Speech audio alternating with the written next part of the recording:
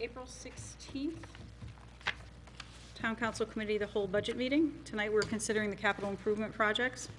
And first on the agenda, we will turn to CIP 7F, Public Safety Radio System Upgrade, City Police Radios on page 71. Madam Mayor, Councilor Parker. I will be recusing myself from this on voting as I work for the City of Groton Police Department. Excuse me 1 second. I'm sorry, I'm calling the numbers from Appendix B. Councilor Parker?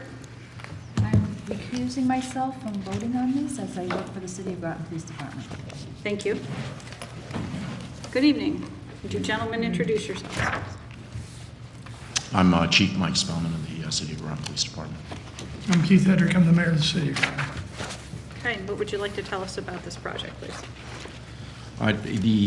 Going through the PERF report, which was drafted quite a while ago, there is a recommendation. Most of it is very outdated, but there was a recommendation in it that I think we can achieve through this initiative.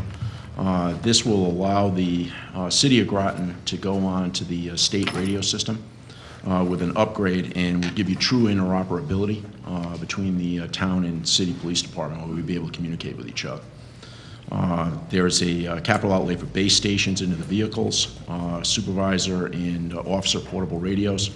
And I met with Chief Azzaro. We will acquire identical equipment, so if there's a breakdown on either side, that we would be able to allow each other to borrow our equipment. Some of the towers that we have in the city, we have a fully operational system over in the city. We've not had some of the catastrophic breakdowns that the town has unfortunately suffered, but some of our towers will definitely assist with some of the dead zones that exist for your department on your side. Also with the EB and Pfizer, I've already met with EB, and we have a Class S high school in the city.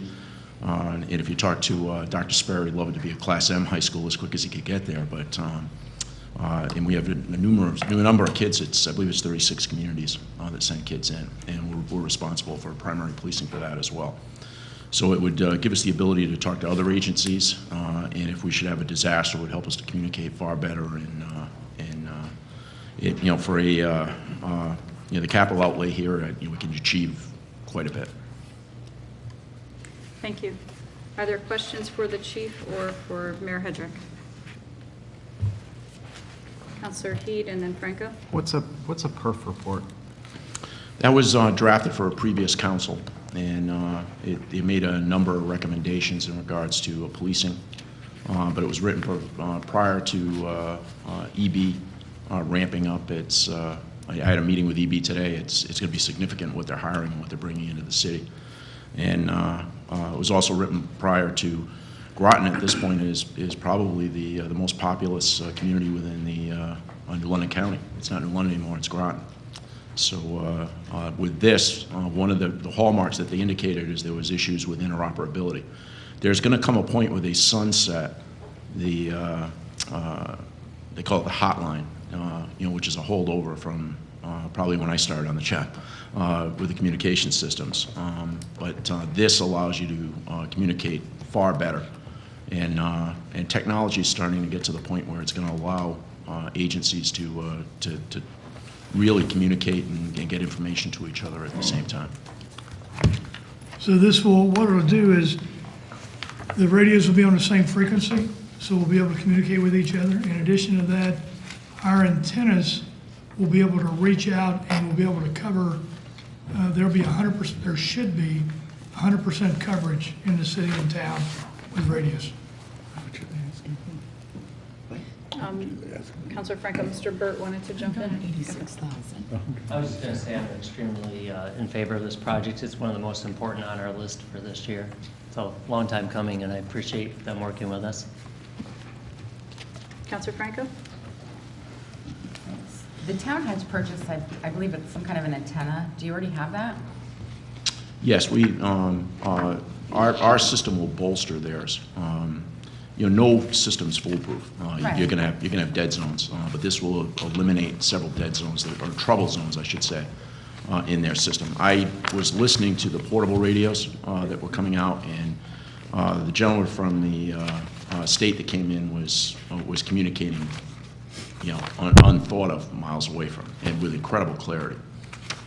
In an emergency, this will be invaluable. So you don't need to purchase the special antenna? Oh, we're not, the $10,000 upgrade will get us there, that we Okay. have. We have an intact system. Our system works, what we have in place. This will just upgrade what we have All right. and allow us to communicate with the town. And as of your question, what does PERF stand for? I've been up since 6 this morning. That's not fair. All right, thank you. This is a study that was conducted in 2013. Okay. It's an organization, police, it's an Yeah, acronym for yeah. the organization that conducted the study, I believe. Yeah, I believe so. I'm sorry. That's okay, that's okay. I was just curious. Thank you. Counselor Perry? Do you have a UPS system now? Excuse me, sir. Do you have a UPS system, uninterrupted power source? Yes, we'll kick over into a generator if we have an interruption. Well, if you have an interruption on the system, it goes down, right? I believe this will stay up going onto the state system. Taking a look at it, I'd have to research that further, sir, but I believe it would stay online. So you don't know whether, you believe that it'll stay online without an uninterrupted power source? Well, we've had, any failure that we've had in our system has been very momentary until our generator kicks in and kicks it back on. We have alternative power on site to be able to kick that Won't on. your system have to boot up again? Once the power goes down, it'll shut So, down and has to be booted up? not as far as dispatch goes. It'll take a little bit at times, depending on what kicked off and how much of a power surge we have. Probably the best example I could give to you is we had a gentleman that looked into the sun, of course, during the middle of the eclipse and hit a line just outside the city Yeah. and created a significant power surge going into our lines. We were down probably approximately 3 to 5 minutes before we could kick back up. And But we that's did a- have generator going right online and kicked everything back up. And that's acceptable, a 3 to 5 minute gap is acceptable? Nothing's acceptable when that stuff goes down, but that's obviously that's not an optimal condition that you want. Do you see yourself needing anything more after this appropriation? To have this Well, system the run? technology's evolving. I mean, in that sense, the world's getting smaller. I really couldn't give you a definitive. What I have here, in other words, am I coming to the table next year saying I need another 100,000 for? No, I'm not. With this on here, with the portable radios and the base stations I have, I'll be able to take care of that. Okay. Thank you. You're welcome, sir. Are there any other questions on this particular capital project? Just one. Mr. Burke? PERF is a Police Executive Research Forum. Thank you. That's what I was going to say. It's an independent research organization that focuses on critical issues in policing. Any other questions? Counselor Schmidt? I just wondered, it does say that there would be a $35,000 a year impact on the budget. Is that the city budget or the town budget? On the radio end of this, we would be assuming that on the city budget. city budget. This particular capital improvement Right. we would come to the town too, but this would be a one-time. Right. Thank you.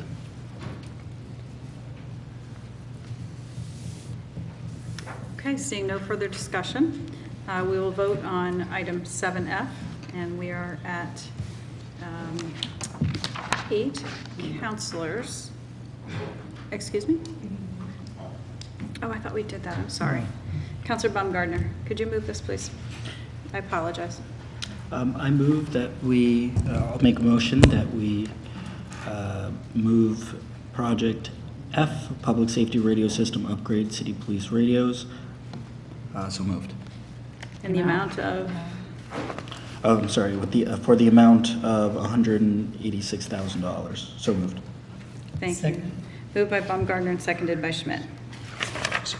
All right, so for 7F, Public Safety Radio System Upgrade, City Police Radios, we'll vote on $186,000. All those in favor say aye. Aye. Opposed? Abstentions? I think that would be 8-0-0 as Counselor Parker recused herself. Thank you, gentlemen. Thank you, Madam. Thank you, Madam Mayor. Councilman. Thank you, Council. All right, so now we will go to the Planning and Economic Development CIP, which is 8C on page 86. Councilor Parker?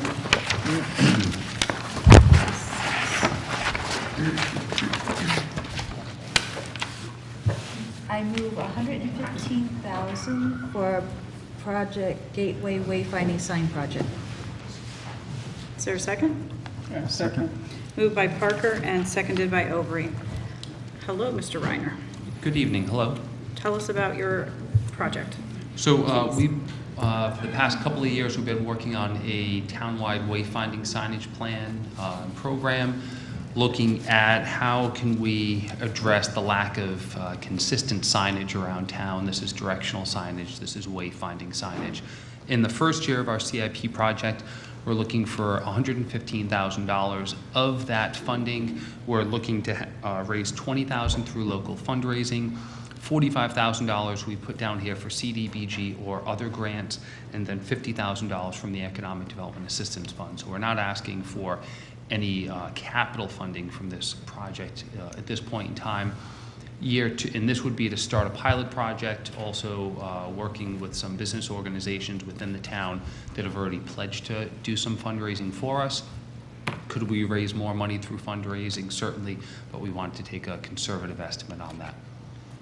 So when you say local fundraising, are you talking the chamber, maybe the Merchants Association? Yes, and others. And others? Yes.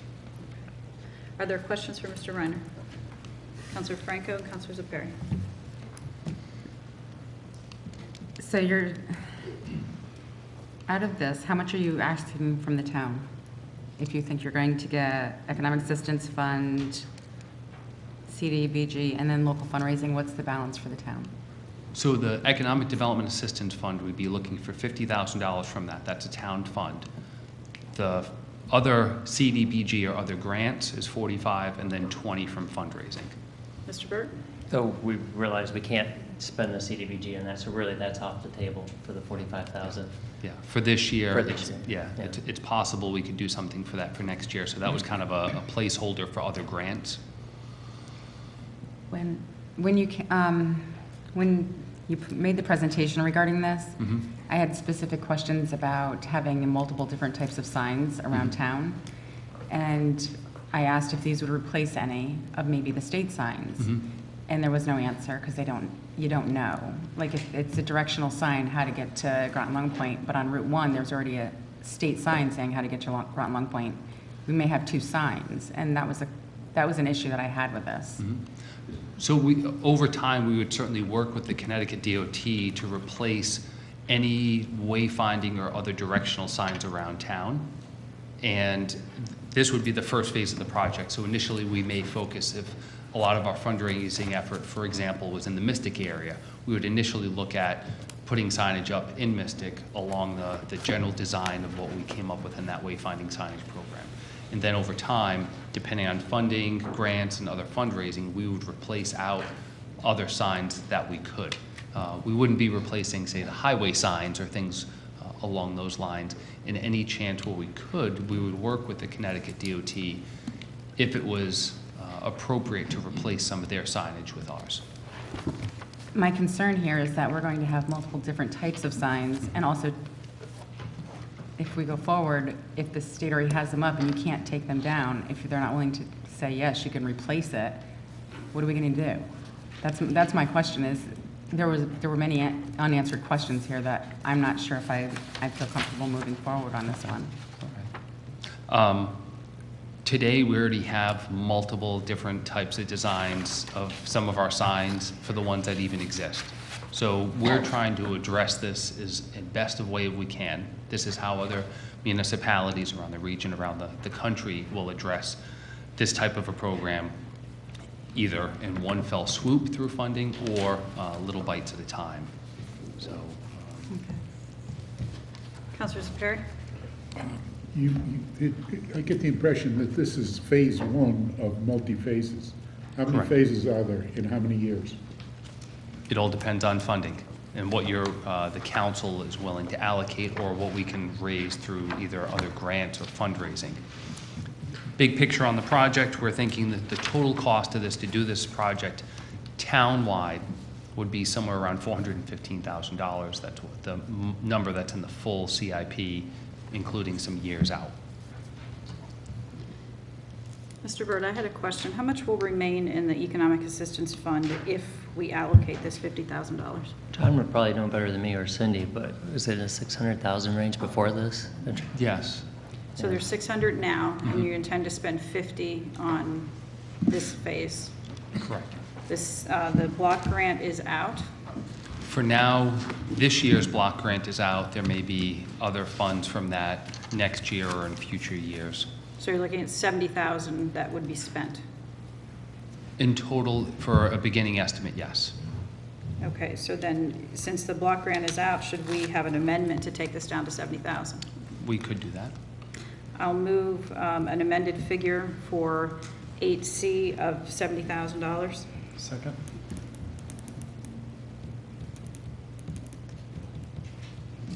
Moved by Granatowski and seconded by Heat. Any further discussion? Counselor Atwater and then Overy. No, Counselor Counselor Overy? She was ahead of me. Overy and then Atwater. Go right ahead. Where do you plan to do your, I'm assuming from this you're going to actually have some signs made. Yes. Okay. And I'm sensing from what you've said, you're planning on going into the Mystic area with your first set of signs?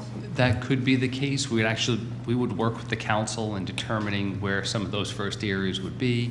So, I mean, this would help allocate the funding, but we'd be working with other organizations in the town to determine where those areas would be, and then before we actually executed moving forward to create signs and put the location in, we'd be talking to the council about that.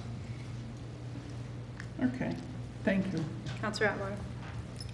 Now I'm trying to remember I do remember. Wouldn't it make more sense to apply for a CDGB grant and have that coming and then put it in your budget rather than just assuming maybe someday it's going to happen? There was money that was, we thought we were going to have some money available via this year's CDBG grant. It didn't work out from last year's CDBG Community Development Block Grant. It didn't work out. Sometimes some of these grants, you see what's out there, and sometimes you don't know what is going to be available. So sometimes you have to assume, okay, there's this grant that's out there, we'll apply for that one and or others. Okay, my overall concern is not just with this, but with a lot of the CIP requests, for 50,000 to do this study or whatever.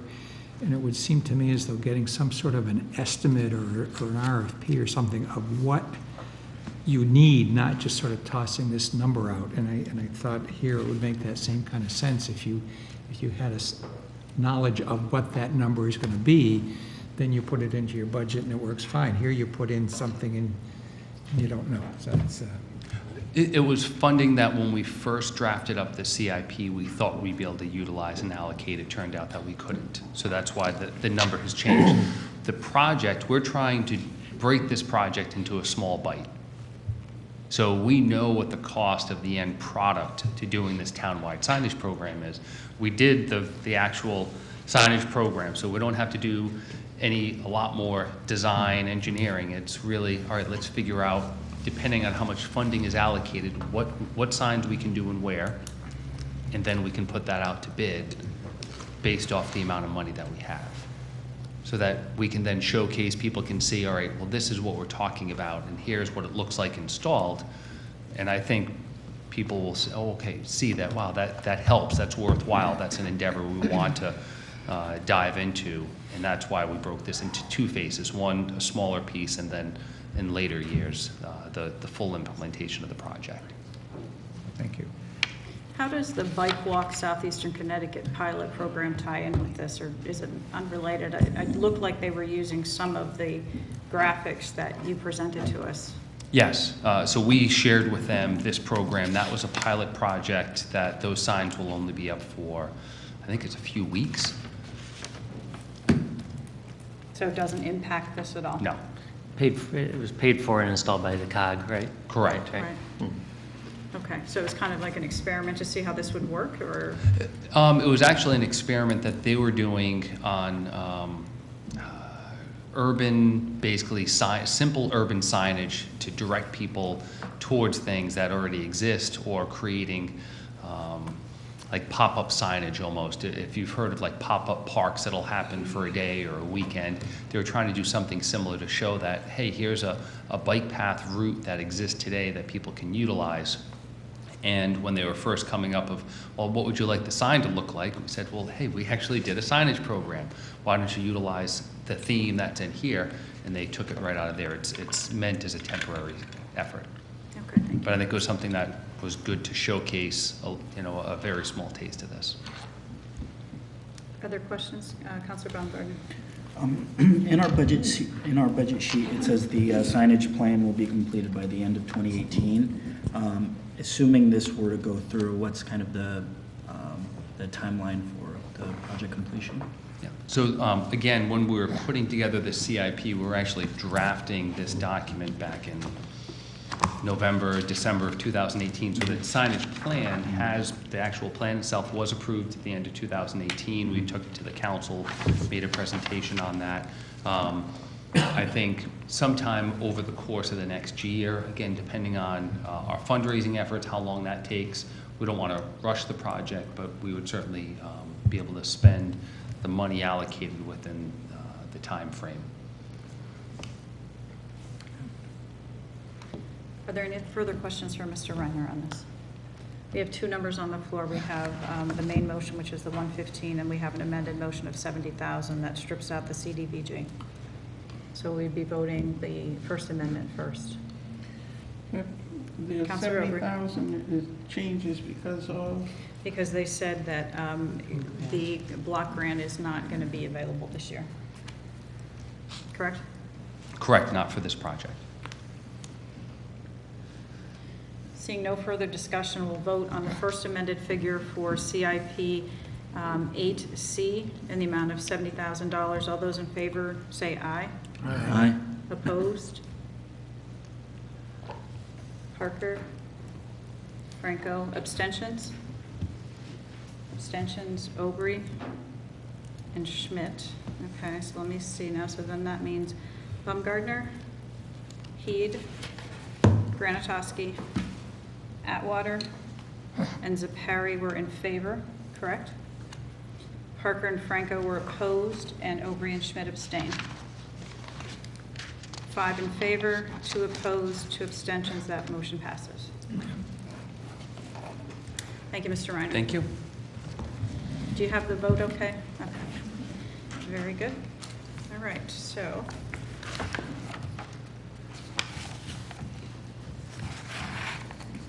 we are on to the information technology items under number 7, and Mr. Hancock is with us this evening.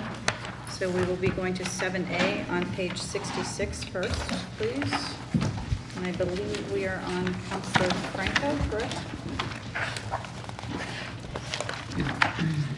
For CIP 7A.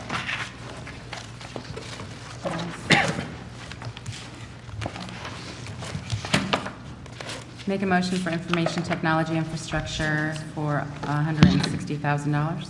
Second. Moved by Franco and seconded by Parker. Good evening, Mr. Hancock. Good evening. This project entails, it's a lot of little projects involved in this. This is a part of the Town of Groton's master plan and also the public safety master plan put together. This entails upgrading about 10 network switches that are throughout the town they're coming to end of support pretty soon. There's also our servers. We need to upgrade our OS. We have 2008 is being retired pretty soon, and we need to upgrade some of our servers there. We had 3 UPSs in our computer room. We have 2 now. Both of them are about 15 years old, so we're looking to get them replaced with either 1 or 2 that we can support the hardware down there, so when we have a blackout, the generator kicks in, we can keep going. And this supports, obviously, the town operations, all the phone system, and internet connectivity. So I think it's kind of critical that the town hall does stay up and running. We're looking to do wide area network wiring over to Groton Community Center. Right now, they're running on a VPN connection, which is kind of about the easiest way to do a network. We're looking to put some fiber over there, wire it up correctly, put a switch. Gary has some HVAC hardware that he needs connected, and we're looking to do some wireless connectivity over there, so the patrons over there have wireless connectivity. That's a little farther down. Looking to hook up the public safety building with a fiber wire internet connection. Now that we put the firewall up there, we're moving forward with the sieges, isolating the public safety building up there. We have the public safety fiber up there. We can use that through CEN, which has been pretty reliable as over the past couple of years. Wireless access, continue the wireless access, complete the town. We have multiple buildings out there, this being one that's connected to the town's wireless network. The town hall is still connected to Thames Valley, so we do pay a monthly fee. All told together, it would probably be cheaper to just do the project, and the cost should come down. And one of the last items on here is a video surveillance survey. I've been talking to Sean Greeley, and right now we have pockets of CCTV all throughout the town that don't talk to each other. Transfer station, WPCF, tax office, the assessor's office, police station, and so on, library too. All are just individual pockets of CCTV that none of them really get up to the public safety building for viewing. So see if we can do something with that, and see if we can get them maybe all on the same platform, or the goal is to really get the public safety building being able to see in these different buildings. And that's about all the projects that covers. Thank you. Are there questions for Mr. Hancock on 7A? Infrastructure for technology. Councilor Zafari. What are we doing with cybersecurity? I know you talked to us about it once before, and how is that going? That is going very well. We put multiple layers of security out there right now. With the firewall, I do have a stat just from last month right here. We blocked 780,000 attempts to access the town in one way or the other. And that's just 1 month in this town. So the firewall was a great acquisition. We do have web filtering at the cloud level. We have desktop filtering, and we're pretty comfortable right now, but you always got to be on your guard. You never know what's out there. Any other questions for Mr. Hancock? Councilor Baumgart. So by and large, you're starting to see an increase in that kind of activity? Yes. Yes. All right, seeing no further discussion, we'll vote on CIP 7A, Information Technology Infrastructure, in the amount of $160,000. All those in favor say aye. Aye. Opposed? Abstentions? So moved unanimously. We're on to 7D, which is, let's see, Z, on page 69. I'll make a motion for IT security in the amount of $42,000. Is there a second? Second. Moved by Heed and seconded by Baumgartner. This is on page 69. Mr. Hancock. On this the CIP, I have talked to the police department. Most of this is police department initiatives for backups and record retention and data retention. And I've had conversations with them on the backups. The CIP I got last year, cloud storage is really not as expensive, and I can bring that initiative onto backing up all their crime scene photos, some of their videos, and so the 27,000 I wouldn't need on here. And also, I talked to them about the records retention and data retention. They do most of their records and data retention within their records management system. So there's really not a need to buy a software package out there to monitor or capture all this stuff. So basically really don't need this CIP at all. We actually already have it covered. We also have a new CAD RMS system in the works, and that's going to be more of a paperless system, so all this stuff will be in there. And we're also currently backing them servers up to the cloud anyways. So we would just add those on instead of the current servers. So I'm pretty confident we got most of this covered right now. So for clarification, you just told us you don't need this money in this CIP. Correct. Mr. Byrd, are you in agreement with that? Yes. Okay, so that makes this one easy.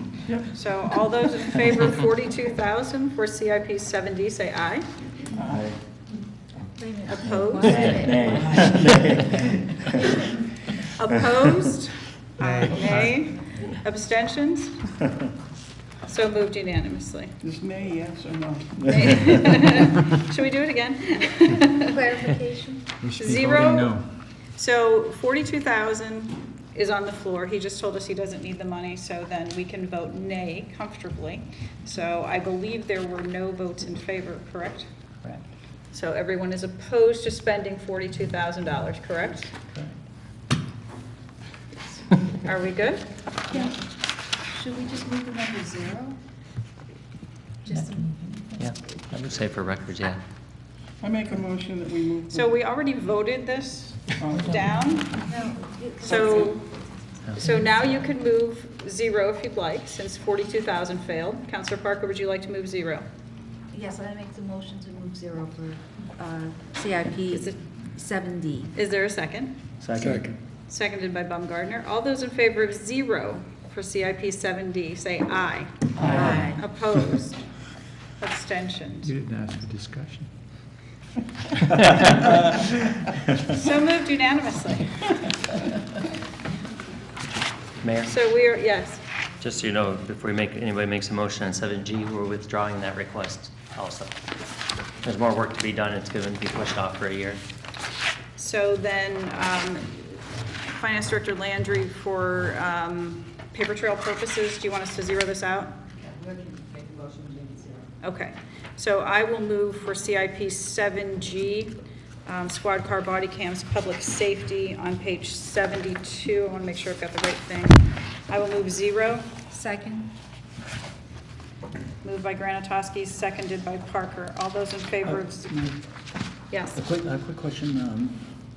For what reason is this being done again? because Mr. Burt just asked us to.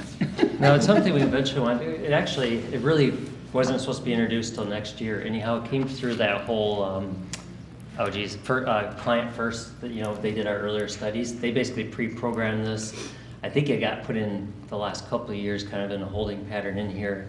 It is needed at some point. We have different versions of the equipment, but we do not have firm costs on this. Is client first numbers. We do not have them verified, and it's something, the equipment's working for now. Some of them are on their last legs, but it'll be something we introduce next year. It's just not ready to go. We don't have good numbers on it. So within this, so on this fact sheet, while in the project it says quad car / body cams, nothing here says anything about the purchase of body cams. So no purchase of body cams will be included. No. Okay. All right. No further questions. Thank you. Any other discussion on the amount of 0 for this item? Seeing none, all those in favor of 0 for CIP 7G, say aye. Aye. Opposed? Abstentions? So moved unanimously. So, Counselor Aubry, we are on 7-2. I'll get the page. 1 second.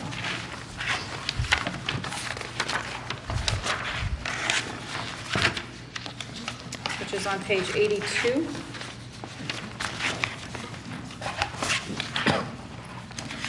town meeting room AV presentation equipment replacement upgrade.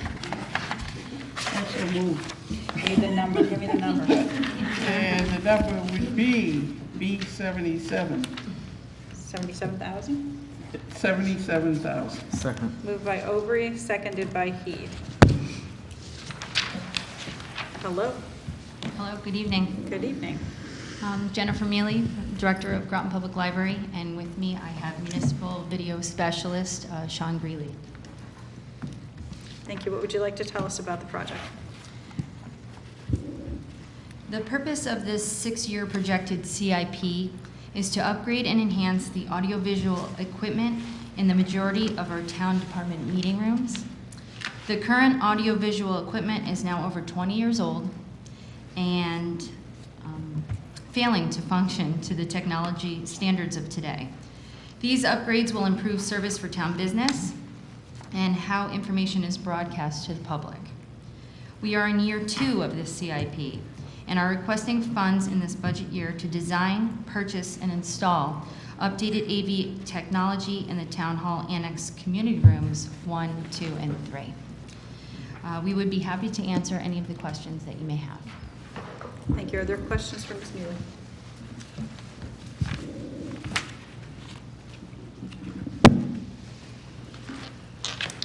Going once? Counselor Schmidt. I just wondered if this would give us additional microphones for the table in front. We are actually, we did purchase a couple of extra microphones in the recent replacement of the microphones, which is really the first year of this CIP. Matter of fact, they've already been ordered and come in. We'll probably be installing them in the next month or so. We're going to be starting with the senior center and then coming up here and putting in the microphones. So you should have like about 4 microphones for the table staff here. That's nice when we have our joint meetings. Counselor Frank. I just wanted to clarify, I remember last year when we clearly went through this, the full scope of this project and the necessity of it, so I'll be supporting it. Any other discussion? Seeing none, we'll vote on CIP 7Q in the amount of $77,000. All those in favor say aye. Aye. Opposed? Abstentions? So moved unanimously. Thank you very much. Thank you. Okay, so we are on to the items for education under 5. And the first one is CIP 5A on page 37, asbestos removal. I believe we're at Councilor Atwater, correct? I'd like to move for education asbestos removal in the amount of $518,000. Moved by Atwater, is there a second? Second. Seconded by Zepari. And Chairperson Watson cannot be here this evening. She has a family emergency. So Dr. Ackerman is here and Mr. Kirkpatrick. Kilpatrick? I always get there, Kirkpatrick and Kilpatrick. I apologize if I called you the wrong name. That's all right. It's Kilpatrick. Kilpatrick, thank you. What would you like to tell us about 5A? 5A is the asbestos removal at Fitch High School project. We had been looking for additional funds. There were $370,000 approved a few years ago. But we, in order to complete the project, it would have taken an additional amount of funding, and it would have taken 2 years to do it. We'd prefer to do the project in 1 year because there are lots of activities at the high school. So to close the high school down for a complete summer, we'd rather do it in 1 year. So the funding, the $518,000 that appears here is actually the $370,000 that was previously approved, along with funding that was left over from the Claude Chester project, which we were able to do under budget and on time, as well as some funding for plans and specifications. So, I'm sorry, And Mr. just to Burke. add in there, we're hopeful that we'll get 40% back from the state. Is that what we're thinking? Hopeful? Well, I hope we get more than that. I More think than we're that? closer Okay. to the 50%. But we have to spend it up front, and then we would request reimbursement. Yeah, the entire Right. amount has to be And that'll just go back approved. into the CIP then, fund? Counselor Heath. So, did we already appropriate, or did a past council appropriate 370,000? Well, previously, there had been the 370, but all told, had been 518 with leftover dollars from various asbestos projects. Their timing ran out, though. They couldn't be carried over, so we had to let that go back into the fund and redo it here. Okay. So it's replacing an exact equal amount.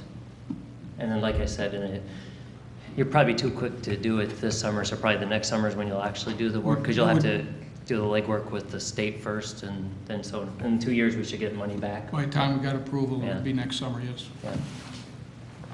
So the actual work, the removal will be done next summer, not this current summer? That's correct. Okay, and then the reimbursement would follow in that year, Depending how quick the state moves. following year? Okay. We'll request it right away. Counselor Atwater and then Franco. So if I understand, then this really isn't costing us anything. It's just approving that the money's there and we're just approving to spend it? No, it'll cost us about, it'll cost the town about half the cost. The estimate is about 52% reimbursement from the state.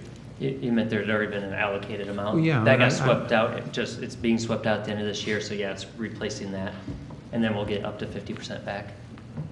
But you're correct, in terms of what's been allocated, yes, it's a like amount Okay. prior to reimbursement. If we get 50% back, how does that then affect the overall CIP? Well, it doesn't affect what we have to allocate, but it'll just go, once that money's received, it just goes into our CIP fund. It'll just go into the fund balance. Okay, thank you. Counselor Franco. So the request for this year is just for Fitch High School? Yes. Thank you. Any other questions on 5A? Seeing no further discussion, we'll vote on CIP 5A in the amount of $518,000. All those in favor say aye. Aye. Opposed? Abstentions? So moved unanimously.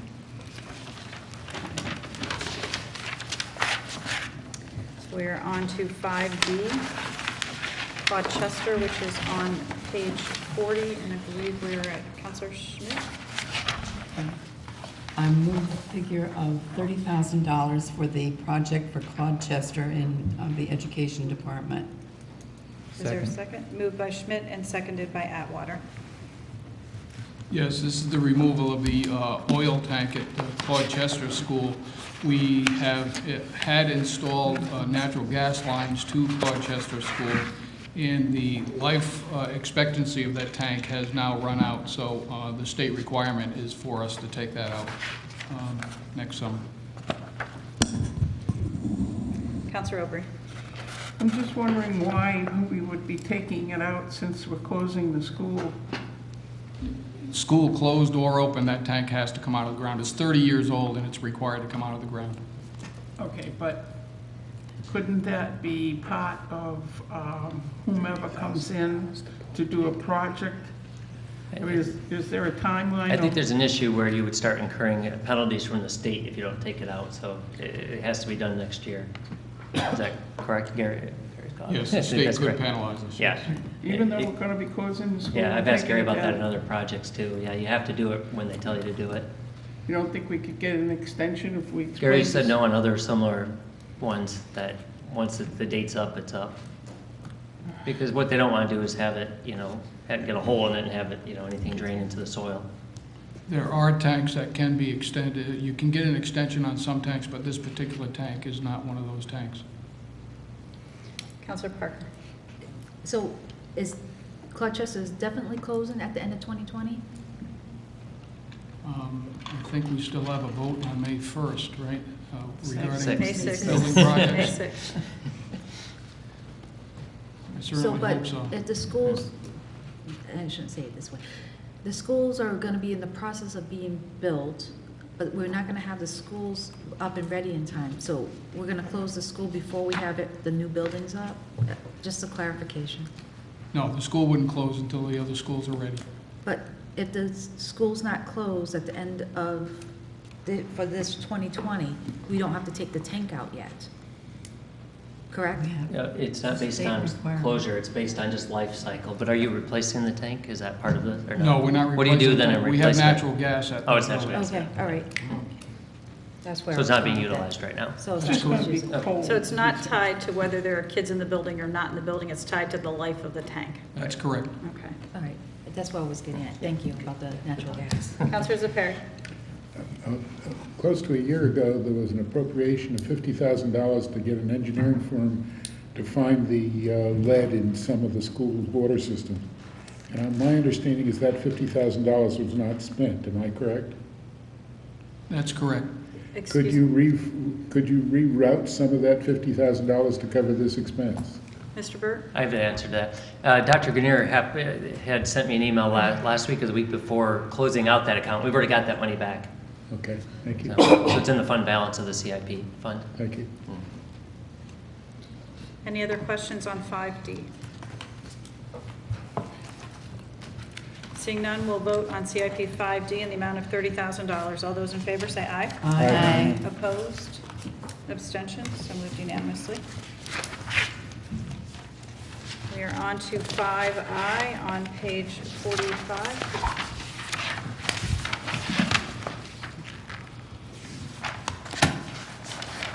Which is the Fitch High School athletic facilities.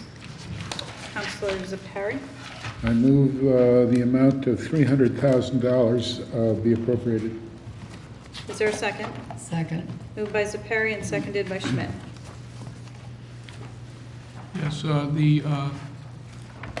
the tennis courts at Fitch High School have been deteriorating over the last few years through the winters. The subgrade has continued to wash out, enlarging the cracks that are in there. We've been able to repair them to a certain degree, but they are beyond, they're becoming beyond just repairing on an annual basis. And so that the tennis courts themselves, the courts themselves need to be rebuilt.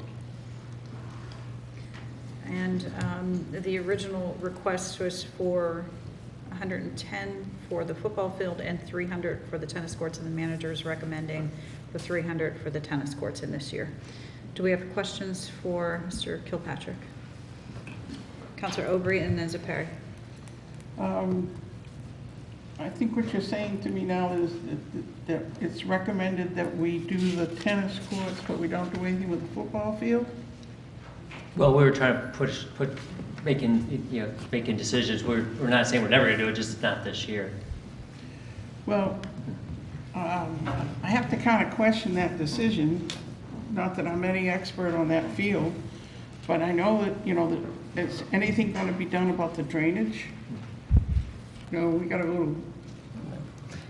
And the Board of Ed had put this as a higher need just above the football, so that's why this one, tennis was on there, but Mr. Kilpatrick would have to discuss anything on the drainage. Yeah, the drainage would need a restructuring of that field in order to correct the drainage problems. Could you tell me approximately how many people use a football field in the course of a year? Well, I don't have a number for you, however, physical education classes, football teams, lacrosse team plays on there at times, a couple of games a year. The student activities have powder puff games, certain things like that. I don't know if there are any outside groups that really use it. I haven't seen any outside groups using the football field other than just citizens coming down there and playing around on weekends. Can you tell me how many different teams use the tennis court? Yeah, tennis courts, again, physical education classes, varsity and or interscholastic sports, Parks and Rec Department, both for lessons and for camps. School has a camp at the end of the summer as well. And then there are local groups, local citizens, teams that, or organizations that come and rent the tennis courts as well. Personally, I would prefer to see the money go into the football field. I think that the football field is a pretty active place. It brings a lot of people to the school for different activities, and I think it would be money better used to be working on the football field, but I'm not an expert, but I'd like to move a figure, but I'm not sure just what I want to move, because I don't see a figure here for the football field. Mr. Burt wanted to say something really quickly. The thing with the tennis courts, I've got some pictures of it's pretty hard to play on those courts anymore, and they can actually be a tripping hazard. If you're gonna keep an active tennis program going, I think we need to do that this year, but I could see adding the football field in. It's $110,000. We just saved, I think, $87,000 on the 2 IT projects, and I know we made some savings earlier on the library.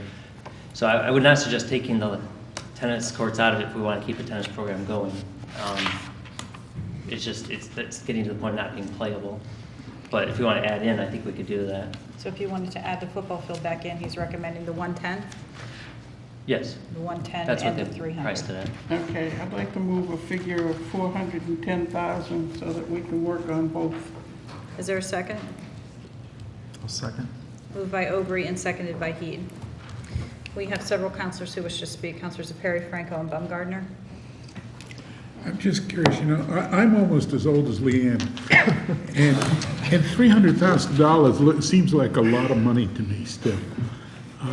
How many tennis courts are there? There are 6 tennis courts there. There are 6 tennis courts. Yes. And what are we going to do?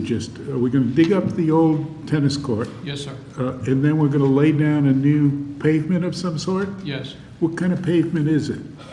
It's an asphalt-based surface, but they'll be regraded. They'll have to do subgrade work as well below that. I personally am opposed to micromanaging, but I know that we did Thomas Road for about $300,000, and that's a lot more surface area. And I'm just wondering why it's so much more for those tennis courts. Well, it's an equal amount, but certainly less surface area. I don't have an answer to that, but that was the estimate that we got. And did we get more than one estimate? We talked to 3 different companies, and the estimate was in the same range. Thank you. That's the best I can do. I think about $300,000, and I said, my God, what are we doing for $300,000? It goes out a bit, it may come in less, but Yeah. it's going to be in that range. And anecdotally, I'll say I've done tennis courts in northern Michigan where stuff is generally cheaper, and it's about this ballpark. So. And I believe you just said you're going to have to tear up everything and regrade That's correct. everything, whereas Thomas Road was just an overlay, I believe. So we have Counselor Franco and then Baumgardner. Will you be replacing the fence as well to the tennis courts? That's not part of the project, no. Not part of the project? I will say, I'm up there a lot for baseball games, and there are people at that tennis court all the time. I mean, all the time. And throughout the whole summer, spring, summer, and fall. So it is highly used, and I can vouch for that. I would like to make a note that I do recall that the superintendent of schools said that his CIP list and his preferences was to do the tennis court and that the football field could wait. And as I looked through the CIPs myself, I thought if anything we should add on to here with the Kolanowski School and the Northeast Academy School, which both need security upgrades because their security systems need upgraded. So for them, I would think those would be types of things that I would rather add on if we're going to spend the extra money this year. So. Counselor Baumgardner? So if the drainage will need to be corrected, will the new school construction, the middle school exacerbate some of the stormwater runoff issues that will be ultimately impact the new construction? I'm sorry. I don't believe the middle school won't affect this area of the high school at all. Okay. And then in the long term, is there any plans to, and again, correct some of those drainage issues kind of absent of any other That would be future part of the process, issues? yes. Okay.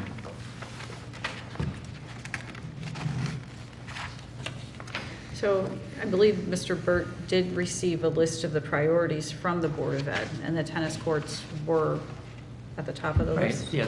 These are right on with what they requested for their priorities. We were at that joint meeting and the Board of Ed gave their priorities. Right. Okay. Are there any other questions or discussion about 5I? We have two numbers on the floor. We will vote the First Amendment, which is $410,000, which is Councilor Obrey's motion, which adds back in the 110 for the football field. And if that does not pass, we'll go back to the original number from the manager, which is the $300,000, which is for resurfacing the tennis courts. Everyone's clear on what we're doing? All right, so we're going to vote the First Amendment. All those in favor of $410,000, say aye. Aye. Aye. I'll vote with you. Obrey, Come on, guys. Granatowski, Heed. All those opposed? Everybody else, okay. And no abstentions. So the First Amendment fails. 3 in favor, 6 opposed, 0 abstentions. So we are back to the main number, which is $300,000 for the tennis courts. Any further discussion on this this number, not the amendment, the main motion, rather? Seeing none, all those in favor of $300,000 for CIP 5I, say aye. Aye. Opposed? Obrey? Abstentions? Parker? So that motion passes 7 in favor, 1 opposed, Obrey, 1 abstention, Parker. Very good. And we are on to CIP 5L on page 48.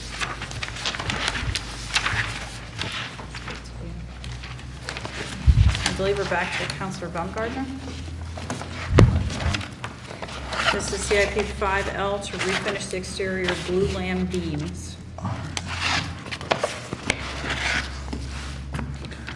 Make a motion to move $100,000 for project L, refinish exterior glue beams. So moved. Is there a second? Second. Moved by Baumgartner and seconded by Schmidt. Would you like to address this, Mr. Kilpatrick? Yes, the glue lamb beams are the wood structure of the building, which are not only decorative, but they are the framing for the roof structure as well. And the exterior portion of those have been weathering for the last 10 years, and they are due for refinishing. Councilor Franco, and then Atwater. How often do we have to refinish them? Well, in Groton, where we're close to the water, salt air, high humidity, I would say that 10 years is not unusual, and it could be less than that, depending upon. I don't know how they were done the first time. I would think that we'd be looking at them, certainly inspecting them every 5 years to make sure that we're in good shape, but between 5 and 10 years. 5 to 10 years? Yeah. Councilor Atwater. It says the applications will be submitted to the state for competitive grants. This goes back to my issue with Mr. Reiner. Do you have an estimate of $100,000, or is this just a number that's picked out of the air? And why wouldn't you go to the state and apply for the grant first and then come back for requesting what you really need? Well, the State Department of Education wouldn't be a grant, but we'd be looking into grants through our grant person at the Board of Ed, looking into other areas, other ways of getting some grants to help reimburse this project. And the 100,000 figure, where does that come from? The estimates were actually 55,000 to each building, so. So 55 to each building? Yes, those were the estimates. Okay. Thank you. Councilor Obrey. Have we looked into replacing them with something that would just be there forever? So we took that school down? They are the structure of the building, so replacing them, I think, would be not not feasible. What are you going to do to them? I beg your pardon? So you're not replacing what's there? No, we're refinishing them, And applying new finish on them. And what do you have to do to prepare them for that new finish? You have to power wash them, get the mold off, any dirt and mold that might be on them, sand, and then finish. And that went out to bid? No, it hasn't been out to bid. We got estimates. It will go out to bid. I think I'll put a bid in. I would Thank you. just like to say that I hope with the new buildings that we're considering our environment. While they're lovely buildings and the wood and the stone are a very nice look, it seems impractical to have to keep refinishing those giant beams every I've few been years. I've been to all the meetings with the architects and so on, and I haven't seen anything like this. And the building committee is aware of this as well, and are trying to make sure that we don't do things that are going to be a great expense to the town. Right. in And the just to long term. acknowledge the environment, the water table and the wind and everything. It's, hopefully that will be taken into deliberations. Any further discussion on this? So we're looking at $100,000 for CIP 5L to refinish the exterior glulam beams. All those in favor say aye. Aye. Opposed? Abstentions? So moved unanimously. And I believe that is all for education. Thank you very much. Great. Thank you very much. We are going to be moving on to parks. Does anyone need a break, or are we ready to keep going? I'd like to eat my cookie. Would you like a break? Just No? 5 minutes. Okay, so we're going to have a 5-minute recess at 7:10. I'm gonna look at this thing.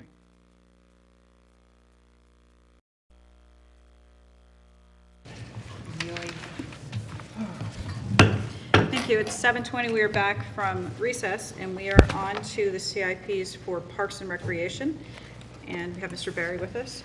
We are on page 25 for CIP 4A. Yes, good And evening. this is Councilor Parker. We need a motion first. Councilor Parker, please. I move the number 90,000 for facility improvements for Parks and Recreation. Second. Moved by Parker and seconded by Baumgartner. Mr. Barry. Good evening, Mark Berry, Director of Parks and Recreation. So this first project is a result of a study that we had done a number of years ago. We had a consultant come in and look at all of our recreational facilities to identify areas of noncompliance with the ADA. And we have started to address a number of those issues that were identified in trying to make various parks and facilities more ADA compliant. This is kind of our first really big project. We've tackled kind of the low-hanging fruit first. And as I said, this is a larger project, but it is to make the bathhouse down at Escrow Point Beach ADA compliant. Currently, it is not in compliance. And so we had a consultant come in and do some work, develop an estimate. So this is a tight estimate on what it will cost to make the necessary repairs to make that facility ADA compliant. Thank you. Are there questions for Mr. Barry on 4A? Councilor Obrey and Baumgartner and Franco. On your request for down at Escrow Point, are you closing the food concession? We haven't utilized the food concession portion of the building in probably 4 or 5 years as a concession. The concessionaire that we had, they were no longer interested in it. Part of it was just economics. And there was also a change in ownership. So we've are now utilizing like the hot dog guy and other mobile vendors will come down, particularly on the nights of the concerts, and they will vend And that seems to be satisfying the need of folks using, although people would like to have somebody there, it just economically hasn't worked out for the vendors. Have we looked into putting out requests for a bid to? We did, I think, for the first couple of years after the vendor that we had, I think he had been there for 4 or 5 years. We did a couple of times and have gotten no response. We haven't done it recently because this other model seems to be working for the most part. Okay. And we've also been utilizing that space for our sailing program on rainy days or days where the weather is not suitable to have kids out in sailboats. We've also used that space as kind of classroom space.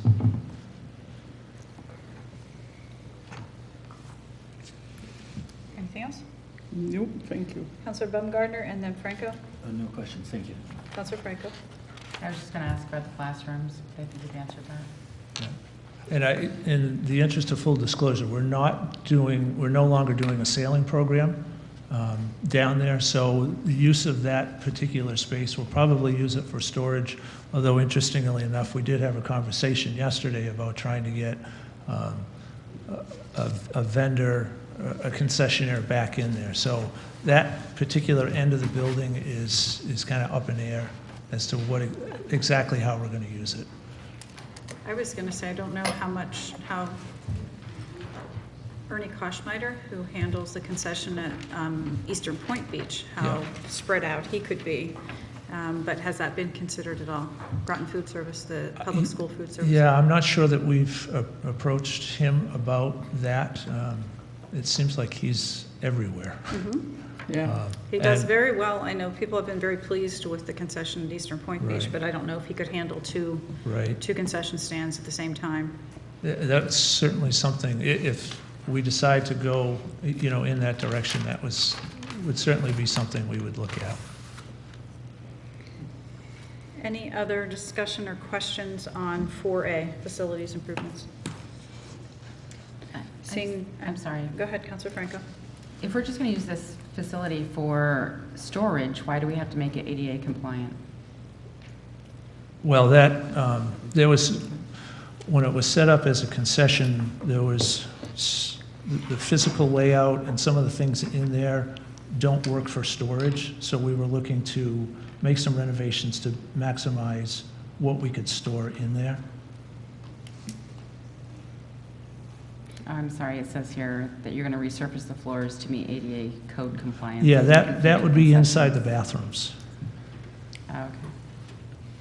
This includes the bathroom renovations. Oh, yes. This includes, the primary focus of this is ADA compliance. Any other discussion? Seeing none, we'll vote on CIP 4A in the amount of $90,000. All those in favor say aye. Aye. Opposed? Abstentions? That moved 8 in favor, 1 opposed, Franco, and 0 abstentions. That motion passes. We are on to 4B, Trail Improvement Program, on page 26. And this is Councilor Franco. I'm sorry, what page was that, 26? 26. Make a motion for trail improvement program for $50,000. Second. Moved by Franco and seconded by Heed. Mr. Barry. So this proposed project is a continuation of the Bike, Pedestrian, and Trails Master Plan that was done in 2004. The particular request is broken up into 2 segments. One is $15,000 for the appraisal and acquisition of an easement. The other is $35,000 for the construction of 135 linear feet of bike path. And this would continue the work that's been done on the GNS trolley trail. And what we're proposing is to run the trail out to Industrial Drive and then restripe down to Depot Road. And Depot Road is the entrance to the state park. And it's also, Depot Road has also been identified in two other projects. One, that's the southern terminus of the Tri-Town Trails project, which eventually would go all the way up to Preston, through Ledgett and into Preston. And it's also part of a project that's been identified that would go out to Route 1, down South Road, and then connect out to Thomas Road. So continuing this trail is part of what eventually will be a larger network of trails. I just have a quick question on Yes. this funding. It lists under the total source of funds, it has an O for other, but all I'm seeing here are capital reserve funds. Is that just an error? Yes, I believe that is an Okay, error. thank you. Any questions on 4B? Councilor Baumgartner and then Franco. When considering kind of each phase of the project, what were the considerations made to do it over a 6-year time frame as opposed to maybe a 2 to 3 year time frame? So, for You're example, looking- in fiscal, it would be in fiscal year 24 and 25, you would begin the projects for the bike path from Knoxville Court to Sutton Park. What was the reason for doing that project then as opposed to, say, fiscal year 21 or 22? I think it's a matter of the size of the pill you want to swallow. You know, if you added all of these projects up, you're looking at a substantial amount of money. So if you're making smaller investments, you know, the pain of paying doesn't seem quite as bad, I guess. Is that? It maximizes the chance of getting passed. Well, yeah, exactly. Yeah, thanks, John. Yeah. Councilor Franco. So I'm trying to figure out how the trail's going to go. And my thought is, in my mind, it's going to be going down Depot Road out to Route 1. Is that what you're saying for the bike path? Yeah, this particular segment, we're not talking about that. We're talking about coming off of where the bike path ends on just to the edge of Industrial Drive, running the bike path out to Industrial Drive, and then running down Industrial Drive to connecting to Depot Road.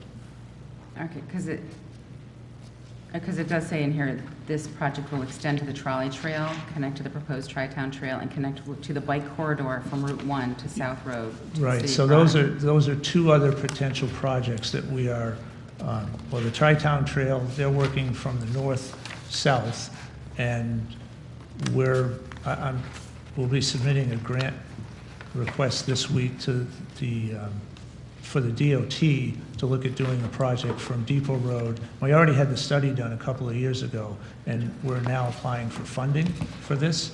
And that would start where this proposed project would end. And so we'd be restriping Depot Road, going out to Route 1, taking a left, going over the bridge, and then taking a left onto South Road and going out past the airport. So And this was a that's project that was I think they called it the East-West Commuter Corridor back in the 2004 master plan. And the idea was to try to connect residences to places of business. Can I jump in for a quick second? If you look at, I think the way it was written is confusing because it looks like the money for Depot and Thomas Roads doesn't occur till 25, but it's included in the paragraph where you're requesting the funds for 20. Right. Yeah. So I think that it's confusing the way it's written to us, at least to me. I shouldn't speak for everyone. Okay. But it looks My like for this apologies. year, you're just looking for Industrial Drive to Depot Road. That's correct. Okay. So then the last line under requested for FYE 20 isn't really requested for FYE 20. That's requested for FYE 25? That's correct. Okay. Does that help? I don't know if that Thank you. clarifies or not. Yes. Councilor Baumgartner, did you have your hand up? Yes. Go ahead. So I'd like to make an amendment. I'd like to make an amendment to add $35,000 for a grand total of $85,000, and that would include the $35,000 to design and permit a bike path for the GNS trolley trail to Fitch High School. That would be covered in the fiscal year 21 capital improvement. I'm sorry, what is the number you're moving, please? 85,000. 85,000. Is there a second? Second. Moved by Baumgartner, seconded by Overy. Could you please clarify now the basis for the amendment? Yes, so instead of so in fiscal year 21, according to this plan, $35,000 would be expended to design and permit a bike path from the GNS trolley trail to Fitch High School. So that would expedite that construction, expedite that planning. With that planning and engineering done a year in advance, that would push construction ahead potentially by one fiscal year by about $140,000. That would have taken place in fiscal year 22, again, according to this capital improvement plan. Councilor Franco.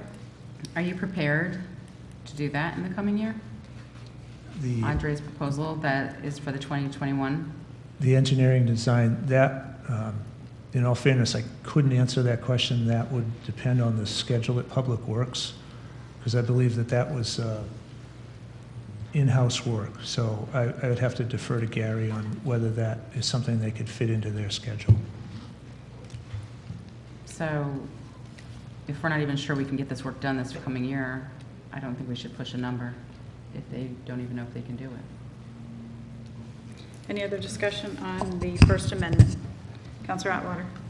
I would like to comment that if your planning is such to do it the way it is, it seems to make sense to me. I don't see any reason for rushing it or pushing it forward either. So. Councilor Perry. I'm concerned that we've had a budget recommendation by people who have studied it and have made these recommendations to us, and we should have an interest to keep our expenditures down so that we don't burden the taxpayer any more than is necessary. So I would think that since the department has asked for $50,000 and you have a plan for progressing through time, that we shouldn't add anything to that. I think we should go ahead with the original motion. Any other discussion? Councilor Baumgartner. Well, I think given the interest from a lot of folks in the town, especially with improving cycling infrastructure, as we all know, the addition of a bike lane on Thomas Road got a lot of new folks on that, folks who otherwise wouldn't have used a bicycle and started biking around town. And I think if perhaps there was more options to get around town, and certainly to the high school as well from other parts of the town, it could incentivize more people to use the infrastructure we're going to build in the future. So this was more so about expediting kind of that long-term plan. If, again, $35,000 certainly isn't a big ask compared to some of the other items, but obviously if we don't have the resources or staffing resources to do that at this time, then maybe we should consider otherwise. But I know the Public Works Director is here, and I don't want to call him. Mr. I Burke just would asked like to them. chime I just in. went and spoke with them. They don't have the capacity next year. So even if the money was budgeted now, it wouldn't be till the year after that they could actually do it. Thank you for checking that for us. Any further discussion? Okay, so we need to, Councilor Heed, sorry. Well, the decision's been made for us, but I would like to just chime in that it's a good idea. This is something that I think a lot of people have talked about for a long time. I do get a lot of requests for trails, bike trails. Okay, in light of what we just heard from town staff, we still need to vote on the First Amendment. So the First Amended figure is $85,000 for CIP 4B. All those in favor say aye. Opposed? Abstentions? Are you abstaining, Yes. Councilor Baumgartner? So 0 in favor, 8 opposed, 1 abstention for the $85,000 amendment. So that fails. So we are back to the main motion of $50,000 for CIP 4B. All those in favor say aye. Aye. Opposed? Abstentions? So moved unanimously. So we are on to page 27 for golf course improvement plan, CIP 4C, and this is Counselor Heed. I'll make a motion for golf course improvement plan in the amount of $50,000. Second. Moved by Heed and seconded by Parker. Mr. Berry. For this project, we're proposing $50,000 to restore the bunkers near the 14th green to their original design, making the shot or play easier and helping to improve the pace of play. Counselor Heed. How much money is in the capital reserve fund for the golf course? No, not the capital, but the golf course reserve fund. The fund balance? Well, right now, the total amount includes some of the money, or the balance of the money that was in the fleet fund. It all got rolled into one. I know we have over $100,000, but I'm not sure of the exact amount. I don't know if Cindy can. Okay. But just to explain, it took us years and years to build up the fund balance to $100,000.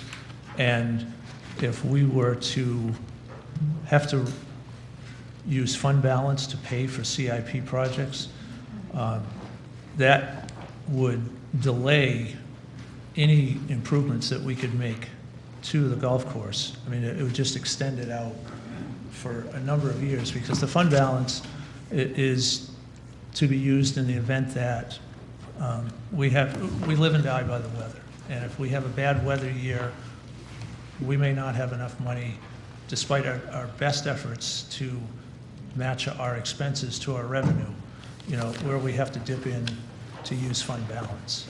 So if we, start using fund balance to invest in CIP projects, and we have a really bad year, we've got no money in the fund balance, I'm going to have to be coming to the council saying, I need money. So I was going to say, I think the financing plan already shows using 47,000 fund balance. We're going to be doing these holes, plugging away year after year, trying to catch the course, get the course up to par, so to say. But the fund balance really cannot handle doing CIPs. It's just not there for it. Yeah. I'm just asking, making sure. sure it isn't like $2 million or something. Yeah. No. Some years, at the end of the year, we've only put in one year we put in as little as $1,500 into fund balance. So it's taken us a considerable amount of time to get to where we are now. If you look at page 54, could you just explain what the golf course fund balance is that's listed there, please?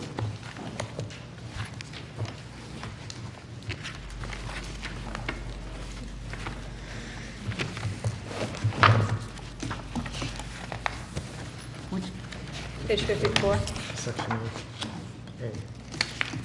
Oh, section A.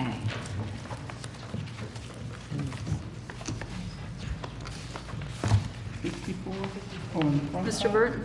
Appendix A, I believe. And, It's not no, section A. It's No, the the main beginning body section. on page 54. The main part of the book, page 54, has fiscal year ending June 30th, 2020, budgets in brief for all funds without fund balance applied. General fund, 125 million, golf course, 1.2. So maybe you could just explain how that number is arrived at? I'll let Cindy do that. 54? 54. Okay, the 99. And then on page 55, it has 145,000, no, it'll be 99,000. So there's a distinction between the 1.2 on page 54 and the 99,000 on page 55.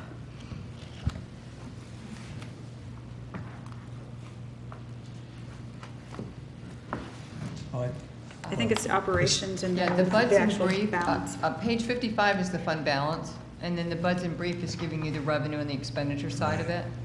So if you look at on page 55, the 324 that was as of 18, that fund balance was increased when we brought over the unexpended funds that were in the fleet fund. And that's why that was increased. But we're estimating at the end of this year, they're only gonna have 146,000. And then based on the proposed revenues and expenditures for this year, they're gonna be bringing that fund balance down to $99,000. Because they plan to use about, I think about $46,000, somewhere around there this year. Yes. So there's really, and I agree with Mark, there was a time, it's taken the golf course many, many years to recoup from some things that happened years ago when the golf course was not in operation for a time, when we had the land swap, if you remember that. And it has really taken them a long time to build that fund balance up. So I would be reluctant to take that, any of that fund balance for CIPs.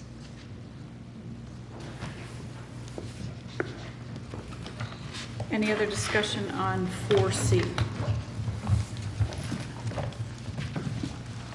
Seeing none, we will vote in the amount of $50,000 for CIP 4C Golf Course Improvement Plan. All those in favor say aye. Aye. Opposed? Abstentions? So moved unanimously.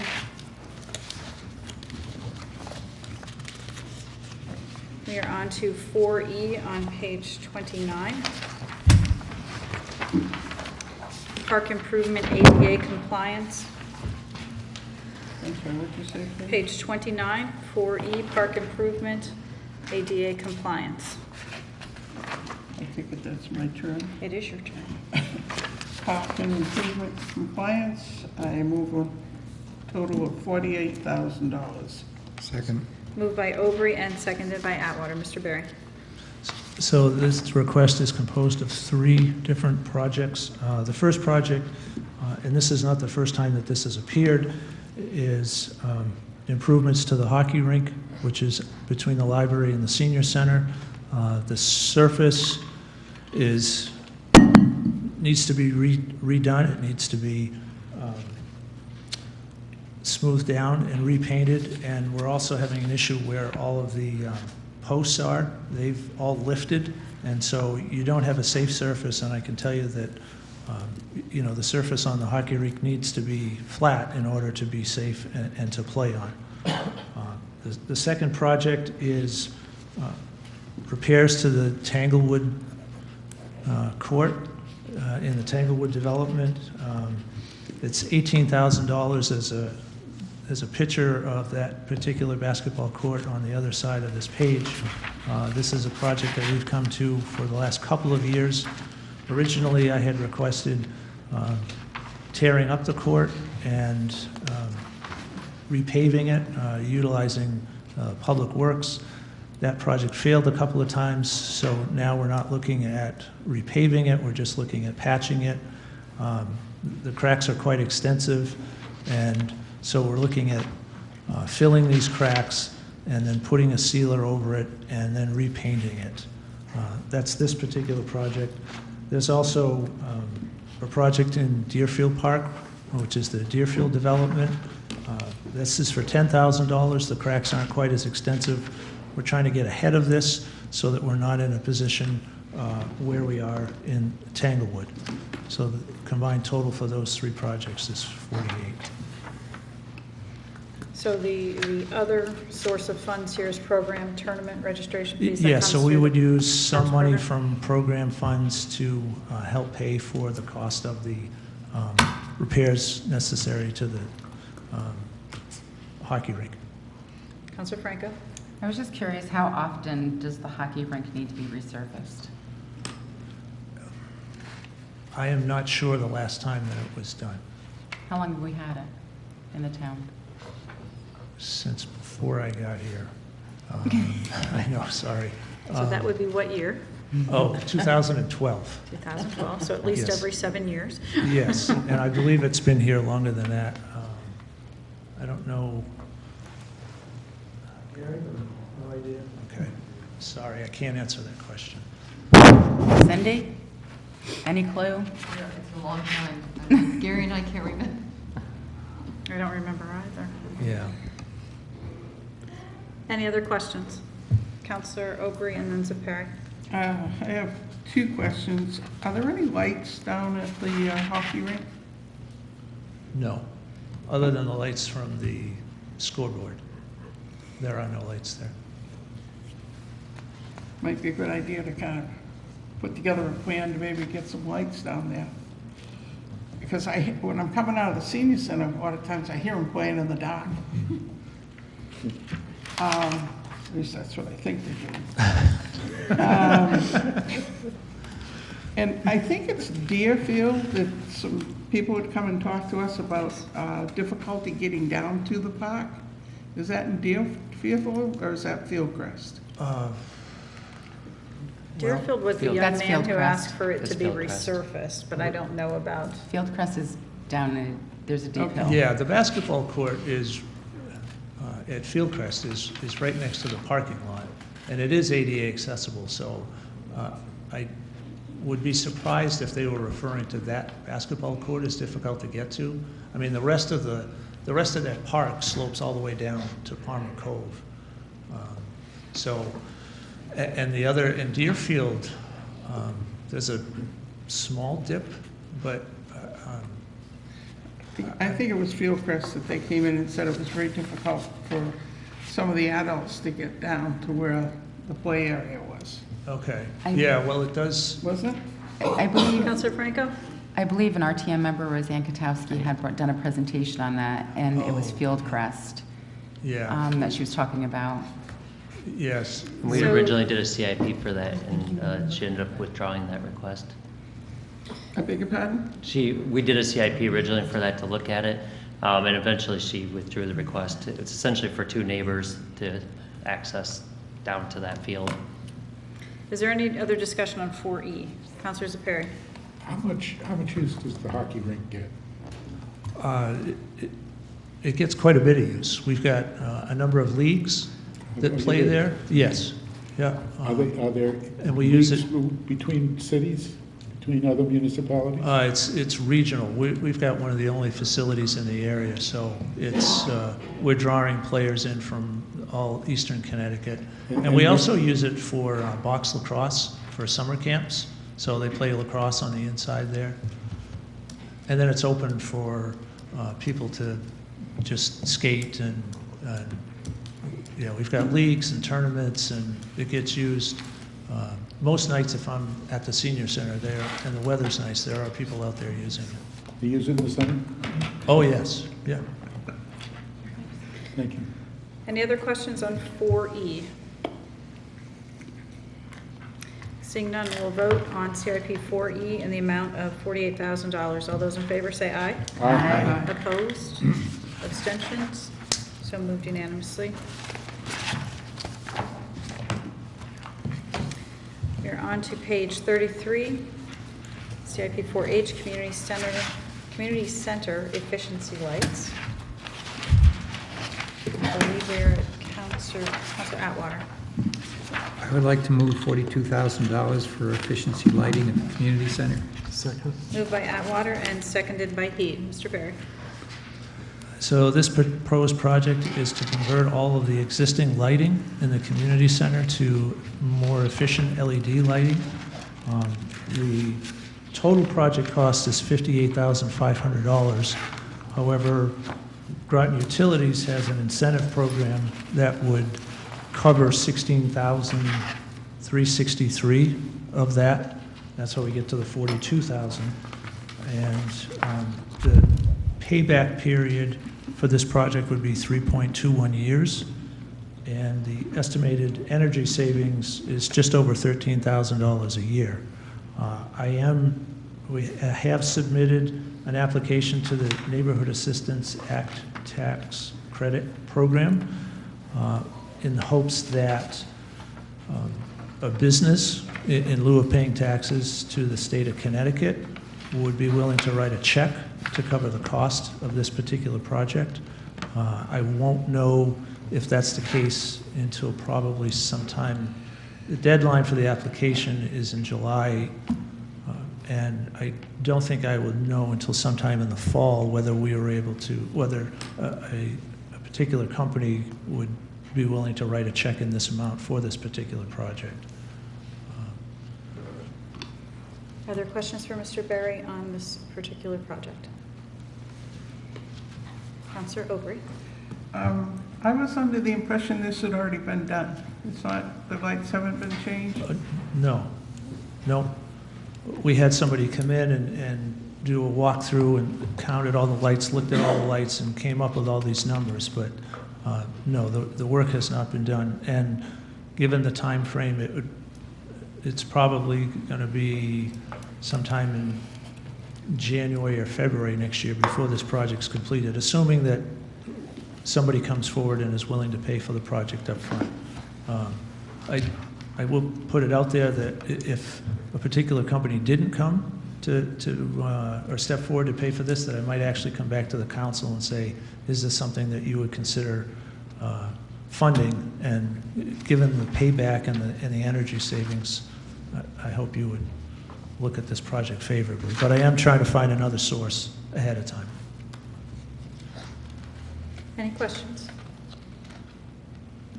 Seeing none, we'll vote on CIP 4H Community Center Efficiency Lights. All those in favor, say aye. Aye. Opposed? Abstentions? So moved unanimously. And we have one left for parks. This is CIP 4I on page 34. And I believe we are in Councilor Schmidt. I move a CIP figure of $105,000 for open space improvements for Parks and Rec. Second. Moved by Schmidt and seconded by Baumgartner. Mr. Barry.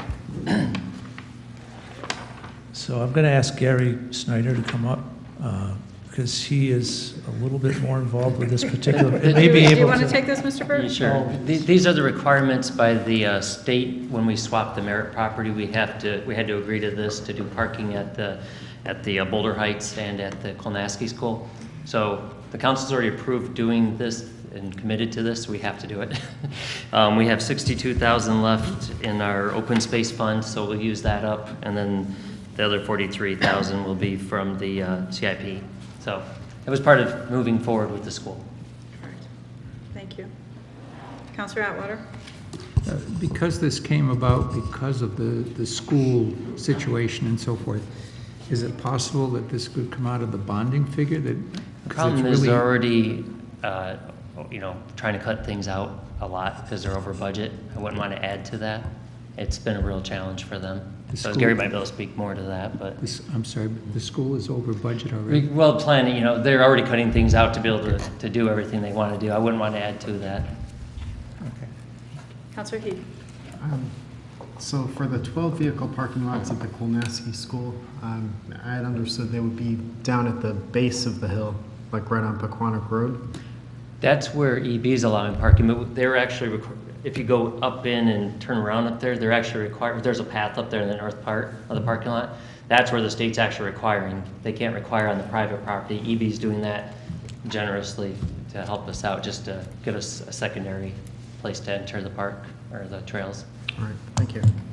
Councilor Franco? So the state is actually stating where we need to put the parking? Yes. So Deep- us having deep a could big require- giant parking lot in a school is not good enough? No. They want it dedicated, at all times to be able to enter those trails. And we said, well, if we do it in the south, do we have to, if EB does come through, yep, we have to. And it's now been committed to, so we have to.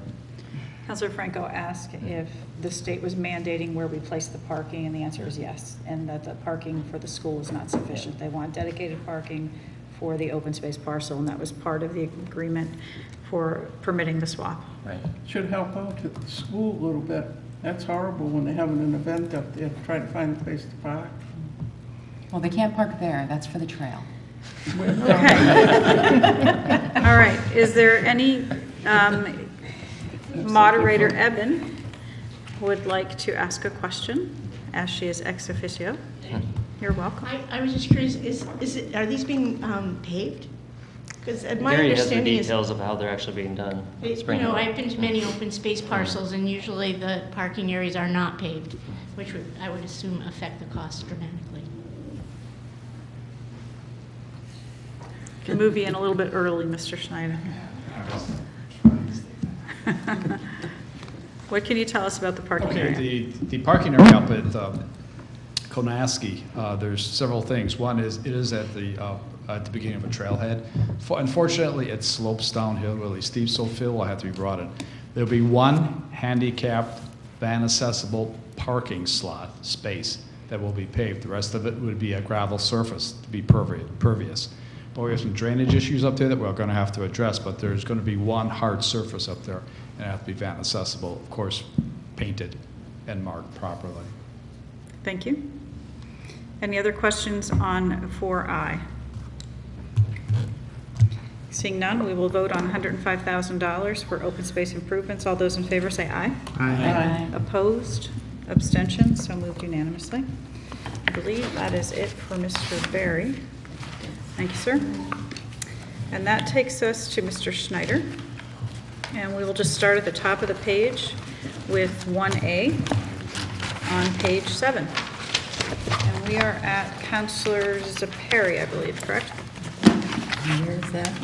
Page 7, CIP 1A Townwide Pavement Management Program.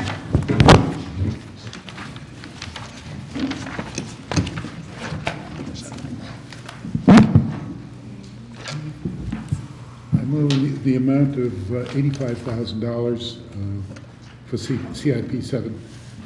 CIP 1A. 1A. Is there a second? Second. Moved by Zaperi and seconded by Parker. Mr. Schneider.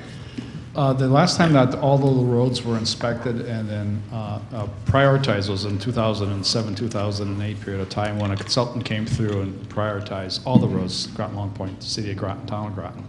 What this would do is do that over again. We have spent a substantial amount of funds resurfacing roads. This will bring the inspection of all of our roads up to date and would prepare a list for the next round of funding for the roads.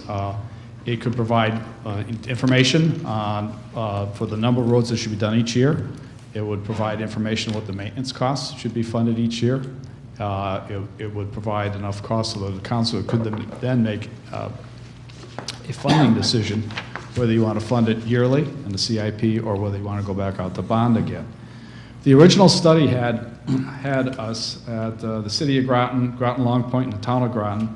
We should be spending about $1.5 million a year on our roads to keep them at the condition, at a reasonable condition. If you go to the Bureau of Labor Standards, they have a CPI inflation calculator. That the $1.5 million in today's dollars is $1.8 million. So that was the recommendation from the consultant to keep all of our roads at a level of maintenance that they're good. They're not all excellent, but so that's the amount of money that we are looking at to keep our roads. So bottom line, a firm would come in. There's two firms out there. One's Micropaver, which the Army Corps of Engineers use, and there's another firm in the state called Street Scan, where they will scan it itself visually, but they then compile it down to the types of cracking that's on the road, the age of the asphalt, and they put a number to it. So what this would do is update the study that was done in 2007, 2008. So I remember a few months ago we had asked about whether we should do another study or not, and I remember getting a response saying that we'd rather spend the money on actually just paving the roads, taking care of the roads. So I guess there's been a change in thought here that we should go ahead and reevaluate all the roads in town again and then start allocating funding. Our recent highway study, this was one of their prime recommendations, as well as, the council regularly gets requests for roads on, people think their roads are in bad condition. This will tell you one way or another where they rank compared to other roads. So it's something that's needed. So the town city highway study recommended this. Right. And we got that report in March as far as the recommendations. Councilor Franco? So if we do this study and they check the roads, do they take into consideration the prominent area of the road? Or do they just look at the road condition itself and it doesn't matter what neighborhood you're in or how many people travel on it? These just take a look at the condition of the asphalt, the condition of the road. The other factors on volumes of traffic can be added in. I've seen studies looking at that. What then this is a basis for really the public works directors or the planning directors to take a look at. And is there going to be a major developer coming into this area? So why would you want to resurface that road? Maybe there's a utility, which is what we're seeing now for gas and water coming through this area. Hold off, even though those roads are bad, you need to hold off on those roads. So there does take then a local factor then comes into it. You can take a look at some of the volume, traffic volumes and that could be added to the study too, to make some analysis of if the road would last a little bit longer, but it's mainly the condition of the road, the asphalt itself. And if somebody thinks their road belongs on the list and they're not on the list, is there a procedure to go through to request that your road gets evaluated to be on the list? Is there a procedure? I just didn't know if there's this. The procedure would be coming to the town council. I've come to the town council over several years adding roads on that something has happened to a road. We're in the area resurfacing 3 roads. There's a 4th road up there. It'd be more advantageous if you do the 4th road. Briar Hill Road was one of those roads that we added to it because, and the upper reaches, one is there's a school at the lower reach, but the upper reach, the asphalt, it wasn't there anymore. It just turned into a gravel. So what it would be is the public works director in that area coming to the town council and requesting a change or an add to the list. But a citizen should go to Public Works first, and then if you see a necessity, you would come to the council. Is that what you're saying? Or they can come to the council and ask the other way around. If they disagree with them. Okay. Thank you. And I'm in between there too. Okay. Between them and the council. Councilor Aubrey? Have we done, I believe it's Orchard Drive, the one where we have a problem? That was done years ago, that we had resurfaced that, and that's in the downtown Mystic area. We had done that years ago. The gas main has just been installed there. We do have a drainage issue there, but where we have the drainage issue is in the it's the low point of the road, and that's where the water goes. And we do have 2 dry wells there, trying to get the water to soak into the ground. Light rains, we can do that. Heavy rains, it does overflow through a person's yard back into the wetlands and back. Are we going to do something to try to eradicate that? There were a CIP project that I had proposed. It's not being funded this year for that, and another section of roads to start the study of what we would need to do. It's not as simple as just putting a pipe in. When I first became Public Works Director, it was easy. You put a pipe in, you put an outlet in, and you stayed away from the wetlands. Right now, there's a bunch of several other regulations that you have to adhere to.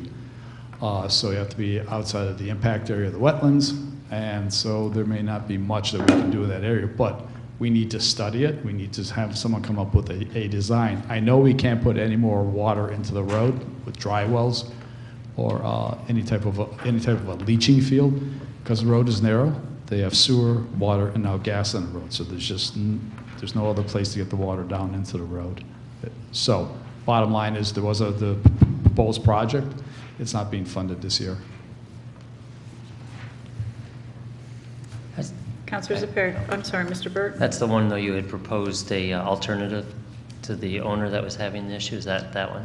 That's one we've proposed several things. One is where there's a catch basin there that when it overflows the catch basin, we can prepare a leak off. We could prepare where the water flows along the side of our house, we could rock it, put some riprap there, still staying out of the wetlands on that. And for those cases where it does go over the road, along the side of our house, we could do that to help with some of the erosion. And she did not like that option.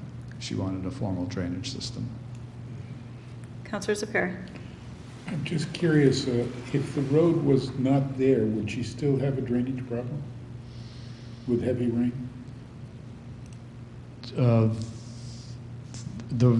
If the road wasn't there, wow. Probably not, because there'd be more pervious surface. All of Orchard drains from the south going to Route 1, and that's a low point there. So if there was no road there, there'd be more grass, probably less driveways, asphalt driveways and that, so that it may soak up some more of the water. Well, right now, that whole road comes down to that point, and that's where the water goes. It's really at a low point. So you feel that the town road is the cause of the problem on this person's property? the water coming off the road, but the road's been there since, I would have to research when the road has been there. It's been there forever. The road was probably there before the house was, but that's just being a general statement.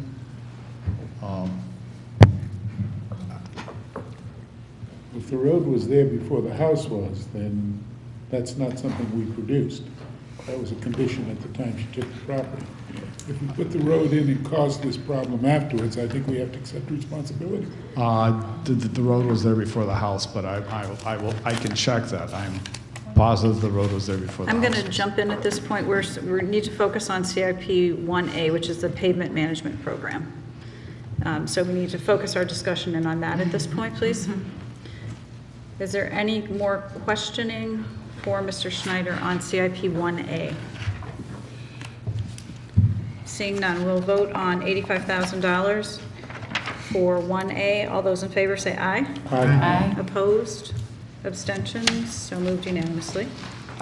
And I just noticed Mr. Barry is still sitting back here. Are you here for 6K by any chance? Mr. Barry? Golf course facilities clubhouse? No? Okay, so we'll just keep going in order. I was trying to see if you needed to get out. I could get you. No, you're good? Okay. So we are on to 1G, road underpasses on page 13, and I think we're back to Councilor Baumgartner. CIP 1G on page 13.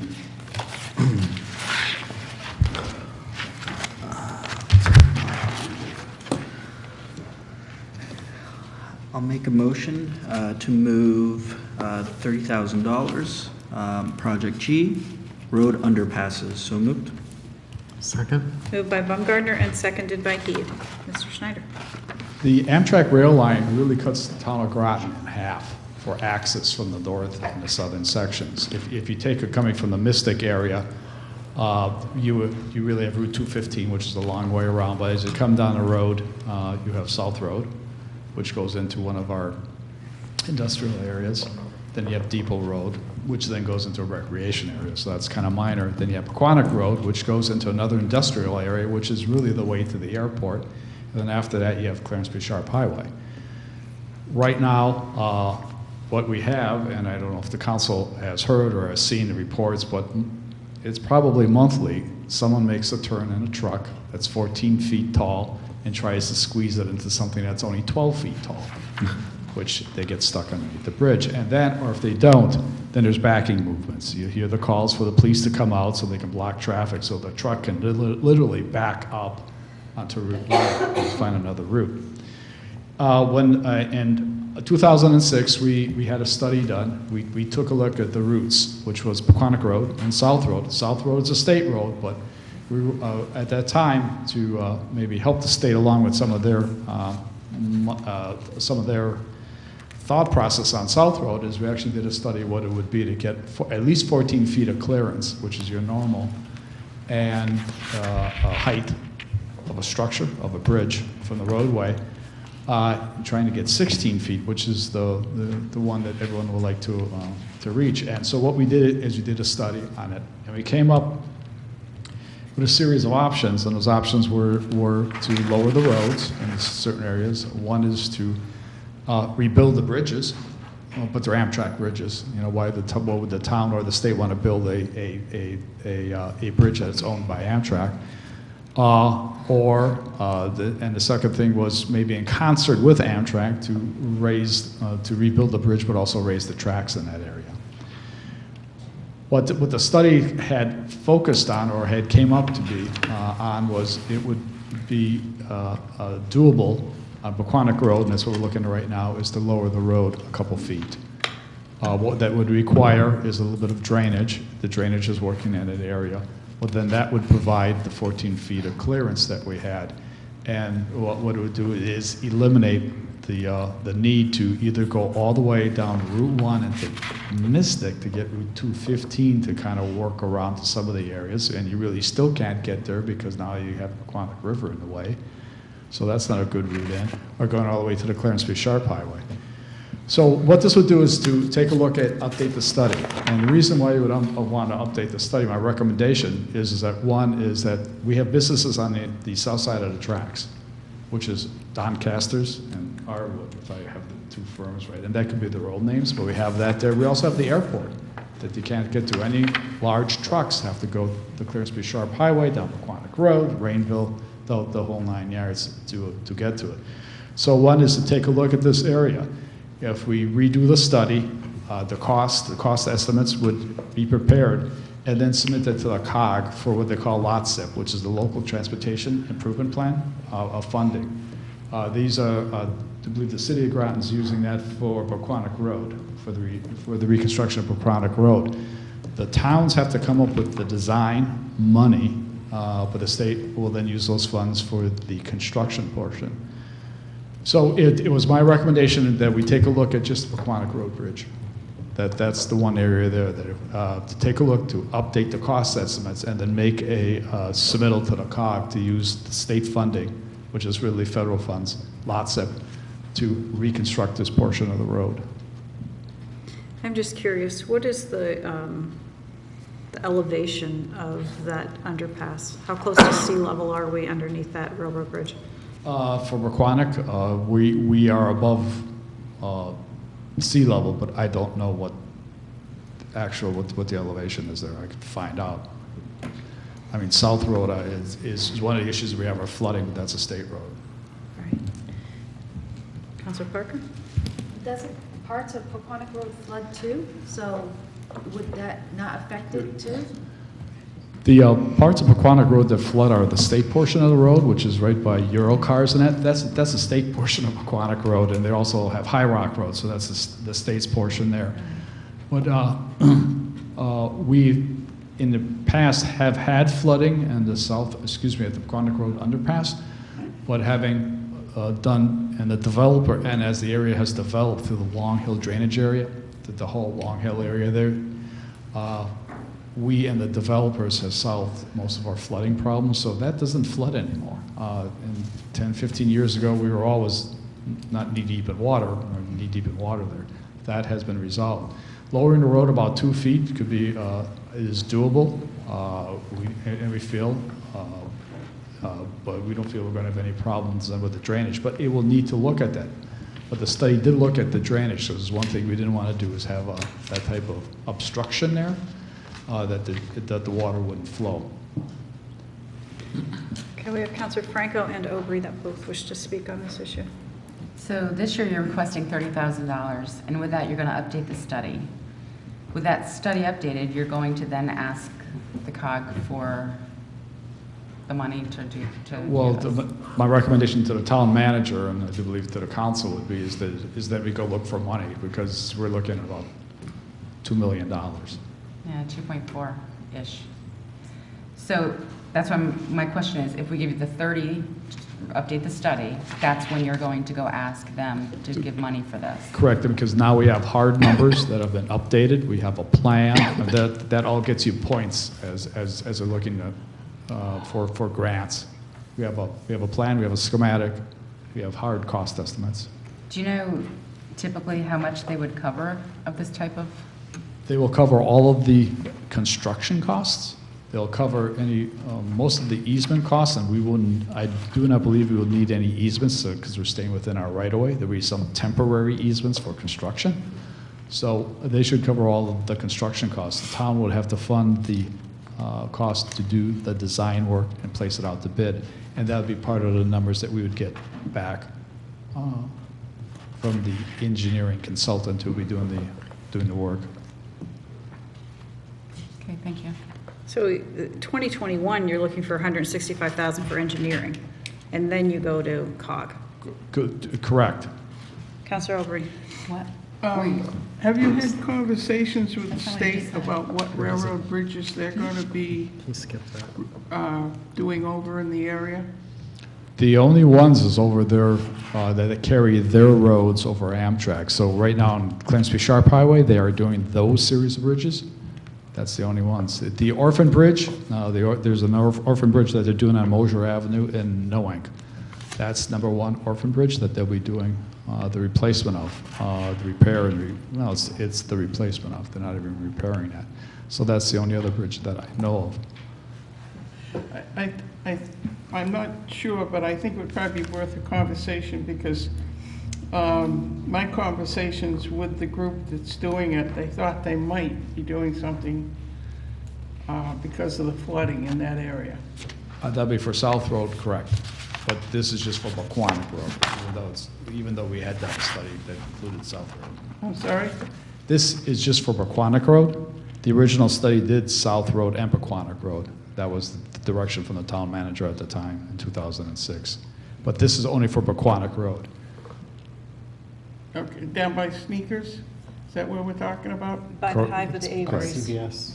By CVS, Hive of the Averys. Doncasters, that the main bridge where everyone gets stuck under. Don't we have a problem down around the Sneakers area though when we have a lot of rain? That's a state road. That's the state's flooding. It does flood, but that is a state road there. That part of Paquonic Road is a state road. So, Mr. Schneider, just for clarification purposes, for FYE 2020, we're looking at $30,000 from the Capital Reserve Fund. Yes. And then in 2021, you're going to be asking, according to the plan, for $165,000 from the Capital Reserve Plan for the planning and engineering. And then 2 years out, you'll start looking, once the planning and engineering is done, you'll go to COG and ask for the lots of money. After the engineering study that we have done in 2020, I will then bring that to the town manager, and I would not recommend proceeding to the design work unless we know that we have a project. Then there's a series of agreements with the state. So this is a multi-step process. Right now, 21 says you're going to hire the engineering firm for 165. correct. But that would be based on us having a LOTSEP grant approval. Okay. Councilor Zephyr? I was just going to say to the rest of the council that trucks coming to and from the airport area are probably coming from out of town, and they're coming down 95. Exit 87 onto the Clarence Sharp Highway is the easiest exit for them to take. And it would be best for them to continue to use the Clarence Sharp Highway rather than to divert down Route 1 through the heavily trafficked area with all the shopping areas, and then go down to Paquonic Road. I think it's best to leave things as they are and have trucks use the Clarence Sharp Highway rather than create a special avenue for 14-foot high trucks to go under the Paquonic Road railroad trestle. Councilor Parker? As a person who has witnessed the trucks trying to go onto Paquonic Road and having to try to do a U-turn, they have deliveries up and down Route 1, so that's not going to work. So I think it's going to have to be raised up or the road dropped so they can get through there. Because they're not going to be able to make deliveries unless they go up and around and come down Route 1 to come down that way. If they're coming on Clarence B. Sharp Highway, we also got to remember that they're doing construction work on Clarence B. Sharp Highway. Who knows when they're going to close portions of that down to finish the construction they're already doing on the roads. Just a thought process. Councilor Franco and Aubry both wish to speak again. Is anyone else who hasn't spoken yet want to talk? Okay, Councilor Franco and then Aubry. So you mentioned a report that comes out monthly that shows the accidents that are hitting the bridge. I'm not privy to that report. I can get that from the police department because they're the ones that get called. So there should be an incident report. What I do is I hear it over the scanner, so I can provide that report. So with trucks that are consistently hitting this bridge, is there a potential for the bridge to be damaged to the point where they may not be able to have train service? That could always happen. What this bridge has is, and roughly, consists of 3 separate superstructures. Bottom line, where it boils down to, there's 2 inside tracks that are used by Amtrak. Then there's 2 outside tracks. One of them is used for freight, and the other one is, for lack of a better term, as a leftover. So they have left those structures there as protection for the main line. So when the trucks do hit it, luckily I've seen tops pulled all the way back, rolled all the way back like a tuna can. Tuna cans, roll all the way back. I've seen trucks stuck underneath. Embarrassing, one of my trucks stuck underneath because the boom wasn't all the way down. We did check with the Paquonic Bridge Fire Company. All their trucks are under the limit there, so they can get underneath there with their ladder trucks. But they're going slow enough, usually, that they're just getting stuck underneath, or the driver realizes that he's not going to make it. But I've seen them stuck underneath where they have let air out of the tires, and then and to pull them out with a tow truck. It's one of the areas. I suppose in our local road network, of all the roads that we have that are local roads, this is the one that is really constricted. All of our other roads are constructed fairly well that we can get trucks up and down the legal limit. And a 14-foot truck is a legal limit truck. It's not an oversized load or anything like that, but it's, as the councilor has said, it's the delivery trucks. It's the truck drivers that use their GPSs. There's a route here. There's a sign that says it's 12 feet 2 inches or whatever else. They're looking at the GPS to make a turn, and they're either underneath it, stuck, or they know that they have a problem, and then they're calling for help because they'd have to back all the way back out on Route 1. But of our entire road network in our business district or our industrial area, this is the one that has that type of constriction. Right, and this has been like this as long as it's been built that way. I think it's been going on for a very long time. And I think if we can get the money from the COG to fund it, I don't know why we wouldn't go forward with this. Thank you. Councilor Baumgartner and then Overy. Do you know if fire trucks have experienced any issues navigating under that? Is there enough clearance? No, I did reach out to the Paquonic Bridge Fire Company, which is that's their area of service, and they do not. They provided me with the heights of their vehicles and put the trucks in underneath. Their engine 32 and 33 are 10 feet high, and their ladder truck is 11 foot 6 inches. Okay. Councilor Overy. I was just going to mention now, if you haven't noticed, out on the highway now, airport in that area, they direct them to Clarence Beach Gap Highway. They don't take them in at the other end of the town anymore. When they changed all the signs, they changed the direction to the airport. Any other questions on 1G? Seeing none, we'll vote in the amount of $30,000 for CIP 1G. All those in favor say aye. Aye. Aye. Opposed? Aye. Abstentions? 8 in favor, 1 opposed, a parry, 0 abstention. That motion passes. Can Leanne and I have another break? Excuse me? Can Leanne and I have another break? So we've had a request for recess. Just as an update as to where we are, we have at least 10 CIPs left, and we are at 8:30, so keep that in mind, please. We'll take a 5-minute recess.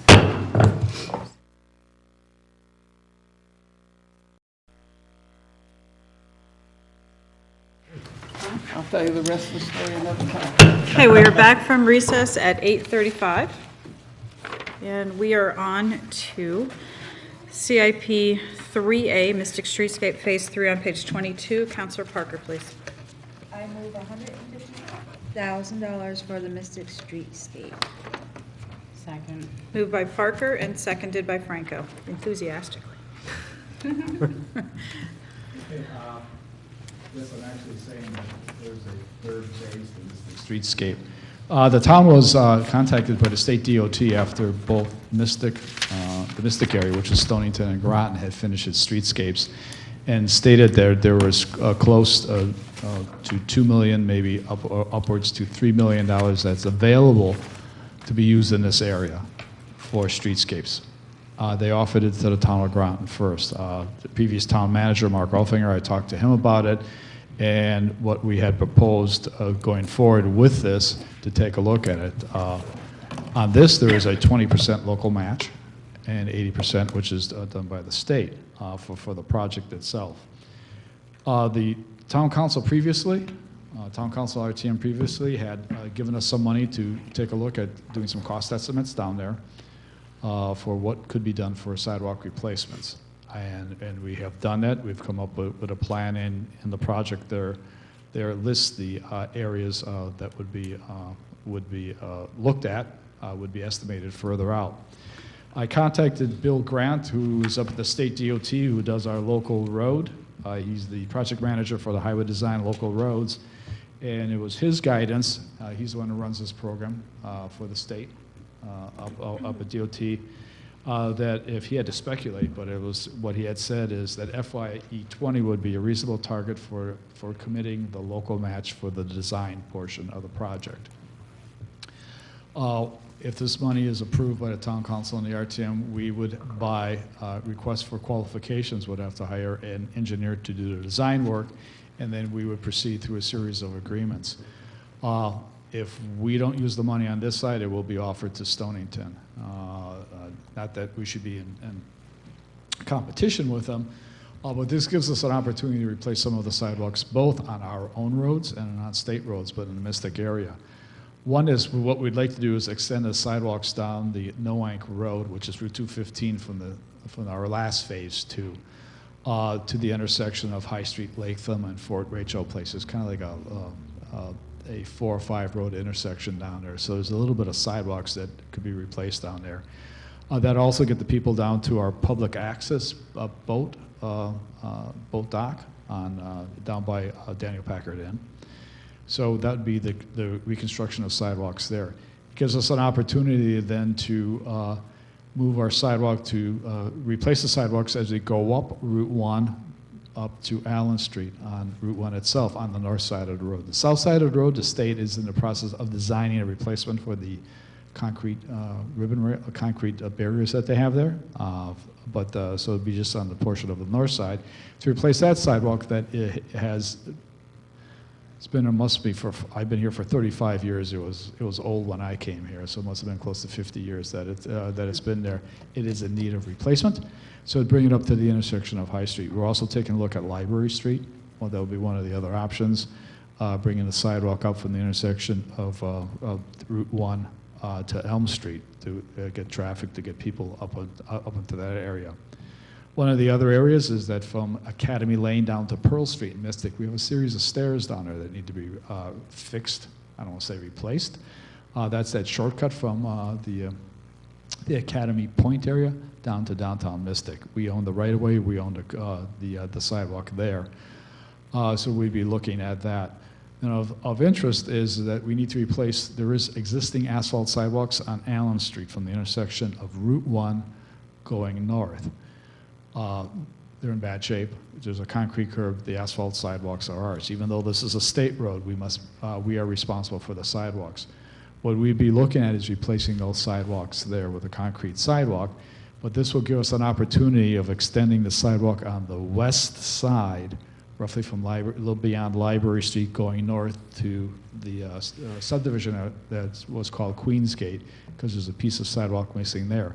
But it also gives us opportunities to take a look at, although it's a state road, to take a look at how do we calm the traffic that's coming down from the north down into Mystic. It goes from 45 miles an hour down to 25. There's big signs there and there's everything else, but it still looks like a speedway as we reach down. Thoughts could be everything's from a boulevard, actually putting something in the middle if the state DOT would allow this, or even necking the road down, making not wide shoulders, the pavement would just move everything down a little bit and to show people that there is something more there than just a bunch of asphalt. So we'd have an opportunity of maybe making some improvements there. What the state needs to know is if the town would like to proceed with this, and so that's why, talking with Bill Grant, he feels that at least for 2020, the $150,000 would move us along on the design work. For 2021 and a 2022, those are just estimates of what it would cost. Those would be refined during the 2020 year. So this is state money that's out there. It's left over. It's being offered to state money. It's federal money being offered to us for the Mystic area only. We met with Bill Grant and the people at DOT twice to make sure that we had an understanding what the Mystic area was. And we showed them this work here, and this meets the intent of the grant funds from the federal governments for the Mystic area. think we've discussed this before at some of our meetings. Are there further questions? Councilor Zafari. The motion on the floor is for $150,000. Did you say $50,000 earlier is what you needed, or was it, did I miss the one? You missed the one, and I may have speaking. It's $150,000. Councilor Franco. So I have a few questions and maybe comments. So on the Route 1 sidewalks, they are sorely, I believe they're sorely needed going up from downtown Mystic up to maybe the Allen Street area. They're in great need of repair. And also, is it possible to widen them as well? We have in certain areas along Route 1 done that, and it was by the old ice house on Route 1 where we actually came out into the road because we needed to put a 5-foot wide sidewalk in. We actually took some of the shoulder away. So we'll be looking at put a uniform 5-foot wide sidewalk and then a curb in, taking some. In fact, we also did some construction on Allen Street. We put a sidewalk in between Orchard Place on the south side of Route 1, and we did take some of the travel portion of the road away. So that was a long answer. Yes? All right, just because they are narrow, and I know at times that you can only walk single file while you're going up the road. There's also putting in sidewalks on the west side, of Allen Street. So is the Allen Street going to be a full discussion on what's being done there? Because you state you want to put sidewalks on the west side as well as connect on the east side, but we also discussed curbs and then the island in the middle. There's been multiple things that have been thrown out there. What if the council approves this money, it's my recommendation is coming back to the town manager and for this, because we know it's a sensitive area, and to determine what we want the engineer to look at, from everything from a boulevard, which is very something that we do have that sort at the main gate at the subbase. We are putting an island in there that should calm traffic down up there, down to adding that one sidewalk connection in, to replacing the sidewalks, maybe to take even the curbing out and just having a bike lane down on the lower section down there. Instead of having a concrete curb, you just take the curbing out and put a bike lane in, or a multimodal, my words, path that anyone can use. That may be not the area for one because there's a lot of walkers there. But what we would want to do is come back and getting the consensus of, I believe the town council wants to be looked at, what we want to look at that location. And so that we can ask the engineer to take a look, price things out, and then work with the state.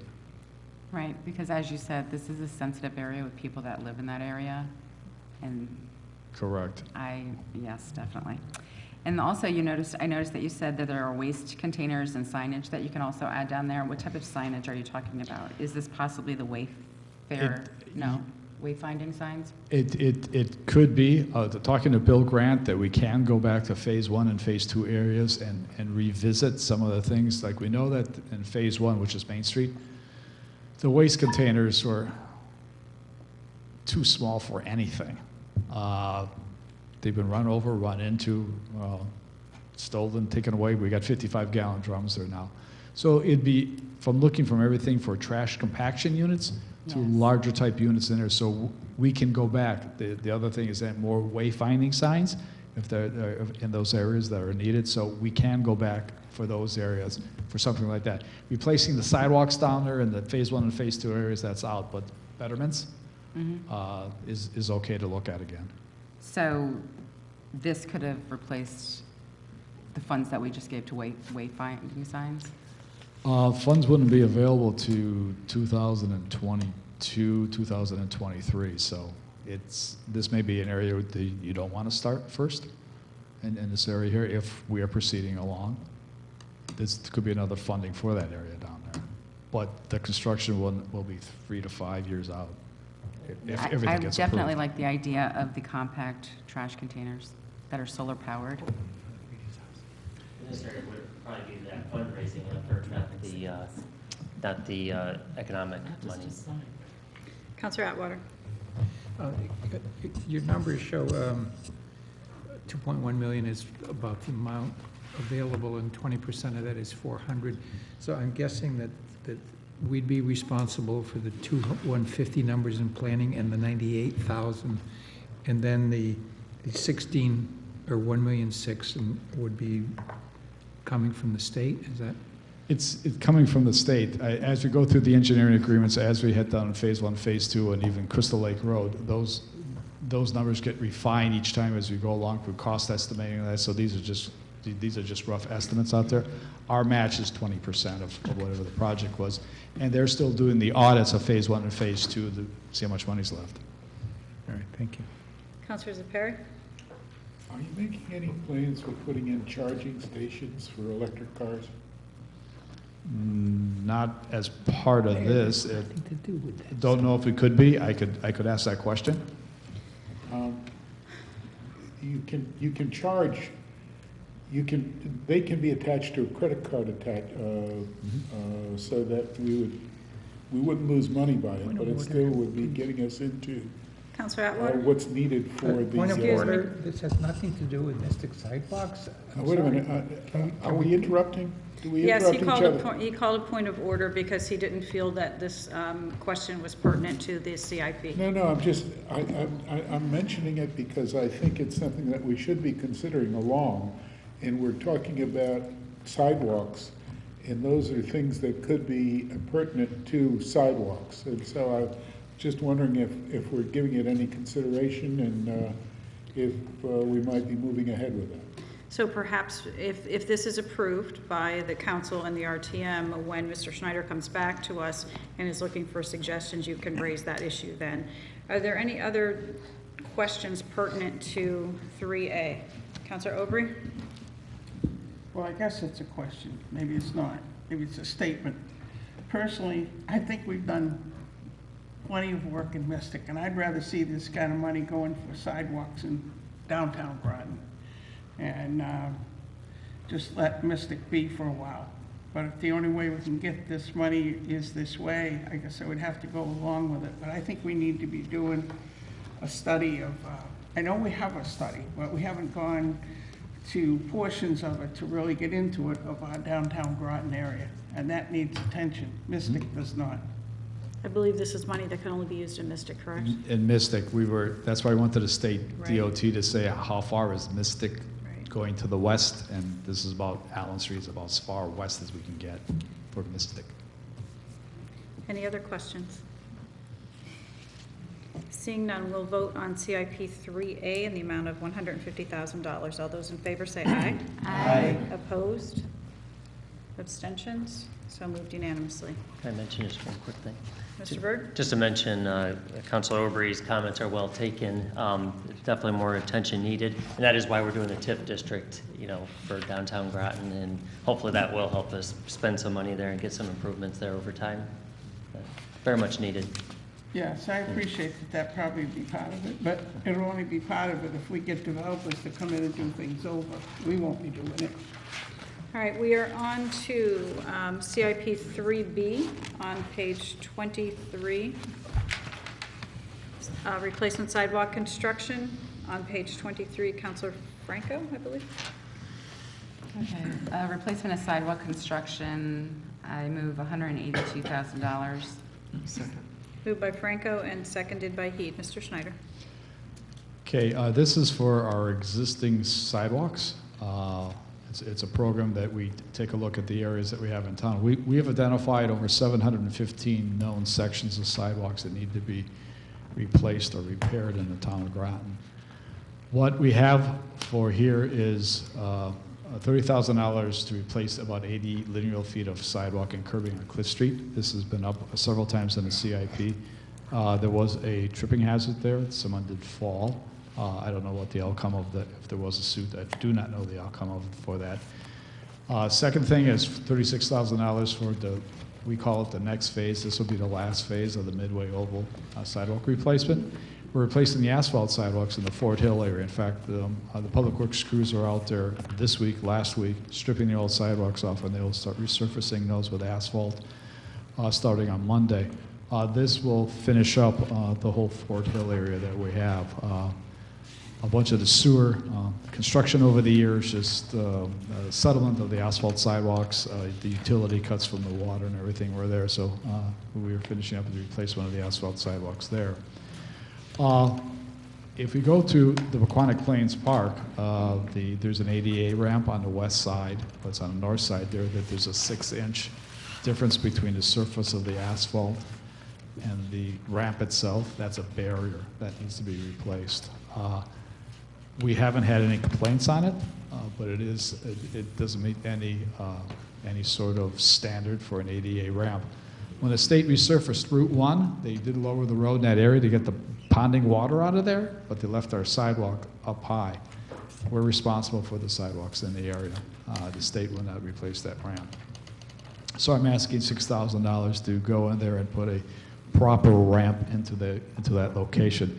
That will then take the traffic, the walkers, the people that need it coming from the west down into the park, to the main entrance. There's $55,000 to start taking a look at several. I have 150 distressed areas in there. We went out and did an inspection. It should be 715 distressed areas that we have identified by a picture and a location. We're going to start addressing that. Mostly that is cutting off a section or two of concrete sidewalk. Somehow the tree roots not many of them are tree roots lifting them up, they're just failing. One of the slabs dropped for whatever reason. The compaction wasn't correct. Something's happening underground. So it's to replace those with the like material. So if it's concrete, it's concrete. It's asphalt, it's asphalt. And then the last thing is that we up on 184, there's a section of sidewalk that's closed just to the west of Pumpkin Hill Road. The reason it's closed is that there's a brook that runs underneath in that section. Water's coming off the road over the sidewalk, and it is undermining the sidewalk. Half of the sidewalk is unsupported, so we closed it. We did have a engineer look at it, and they came up with an estimate of anywhere between to close to $415,000 to repair that section. It's not the sidewalk itself, it's the drainage underneath. So there is a stream underneath there, so there have to be some work done there. So that's the $55,000 to start taking a look at that. It's the state's an opinion, and we can go back and ask again, that's our sidewalk, that's our problem. We did ask, I asked the questions from the Planning Commission, from the Planning Department, is if we could remove that sidewalk. The Planning Commission did require it for some of the site work that was done up there, for some of the development that was done up there, and it does provide a connection with the neighborhood up there, providing an area for people to walk down 184, up Pumpkin Hill Road, and then back into the subdivision. So that was a requirement. So that's what we have for the $182,000. So the 55 is for a structural engineer to come in and do a design, and then do a final cost estimate for the work. Councilor Reed, did you want to speak to this? Yeah, the sidewalk up on 184, is there a sidewalk on Pumpkin Hill Road? Yes, there is. It goes from Pumpkin Hill Road up to opposite, I think, to believe Ponds Court, but there is a road that comes out. I'm getting old. There is a connection there. So there is a sidewalk that goes up the west side, but to the intersection with that neighborhood, just on the west side. Is there a crossing area there? On Pumpkin Hill Road going south, or no, there is no crosswalk either to come from on 184 south, which would be down to the Cow Hill Road area, or going further east. There's not a crosswalk there. There's a wide shoulder there. And going north on Pumpkin Hill Road, you just stay on the same side of the road. Councilor Atwater. I just like to point out that it's Clift with a T Street, not Cliff Street. Yeah. It's what? Clift, C-L-I-F-T. Any other discussion on 3B? Councilor Franco. So in Midway Oval, are they already working on sidewalk issues? Yes, this is the second year. There's an appropriation that was, I believe, three years old, so we'll use up the rest of those funds. They've stripped the remainder of Midway Oval and Virginia's Court, so we really have Depot Road and Central Avenue to do. Are they being done as asphalt? Or Asphalt. Not as concrete? Not as concrete, no. It's to replace with the same material, so it was asphalt. That was the decision. May I ask why we chose asphalt? It's least expensive, or it's less expensive than concrete. Is there a That was reason- the sidewalks that were in those areas at that time. Is there a reason that concrete is put in certain areas and not in others? Concrete is a material that our site and subdivision standards require, so the planning commission requires that in our site and subdivisions standards, road drainage standards that we have. So if a person's building a new road, it would be replaced, it would be constructed with concrete. So if you're replacing a sidewalk, whether it was asphalt previously, we would not keep up to the same standards as a new subdivision? No, we do, and we replace it. We replace the sidewalk up Briar Hill Road that goes to Charles Barnum School with asphalt. We've done some on Gunchewamp Road. There's certain sections by Navy housing, not in Navy housing. We replaced it asphalt with asphalt. Yeah, I have seen on Route 1 in Mystic as well, there's asphalt sidewalks. Correct, on the south side across from, there's certain portions that are asphalt there. And I'm just curious, like, why are some chosen as concrete and some are asphalt? I don't understand why they were. If we are reconstructing the road, meaning the major bond issue, they go in concrete because that's our road standards. It was what was existing there for reasons I believed it was cheaper. Some community development funds were used to put the sidewalks in before 1983 when I got here in the Fort Hill area. Mm-hmm. And so let me go over to the Pumpkin Hill Road now. If you're saying it's not a sidewalk issue, it's something that's underground with the water, and is this going to impact the road at all? If it it's stabilized itself now. The water's coming off the road across the sidewalk and it's going over the edge, and just like anything, you have that roll over the edge and then it erodes out into the brook underneath. It could get to the road, I don't know. If it gets to the road, then it's a DOT problem, but they'll just fix the road and their shoulder. They won't fix the sidewalk. I see. Thank you. Councilor Baumgartner. I have a question for Mr. Burt. Do we know if the proposed guidelines for the Quantic Bridge Village District, I know there was a presentation done last week, if they speak to kind of this issue on, I didn't concrete think so, sidewalks but versus asphalt sidewalks? It addressed the issue of the existence of sidewalks. It didn't address the composition or what the sidewalk would be constructed of. And that's online, by the way, now. Mr. Greeley posted it online. Anyone else? Okay, so we are on 3B, and we will vote on $182,000 for CIP 3B. All those in favor say aye. Aye. Opposed? Abstentions? Oh, 2 opposed? No abstention. 7 in favor, 1 opposed, Aubrey, 1 abstention, Parker.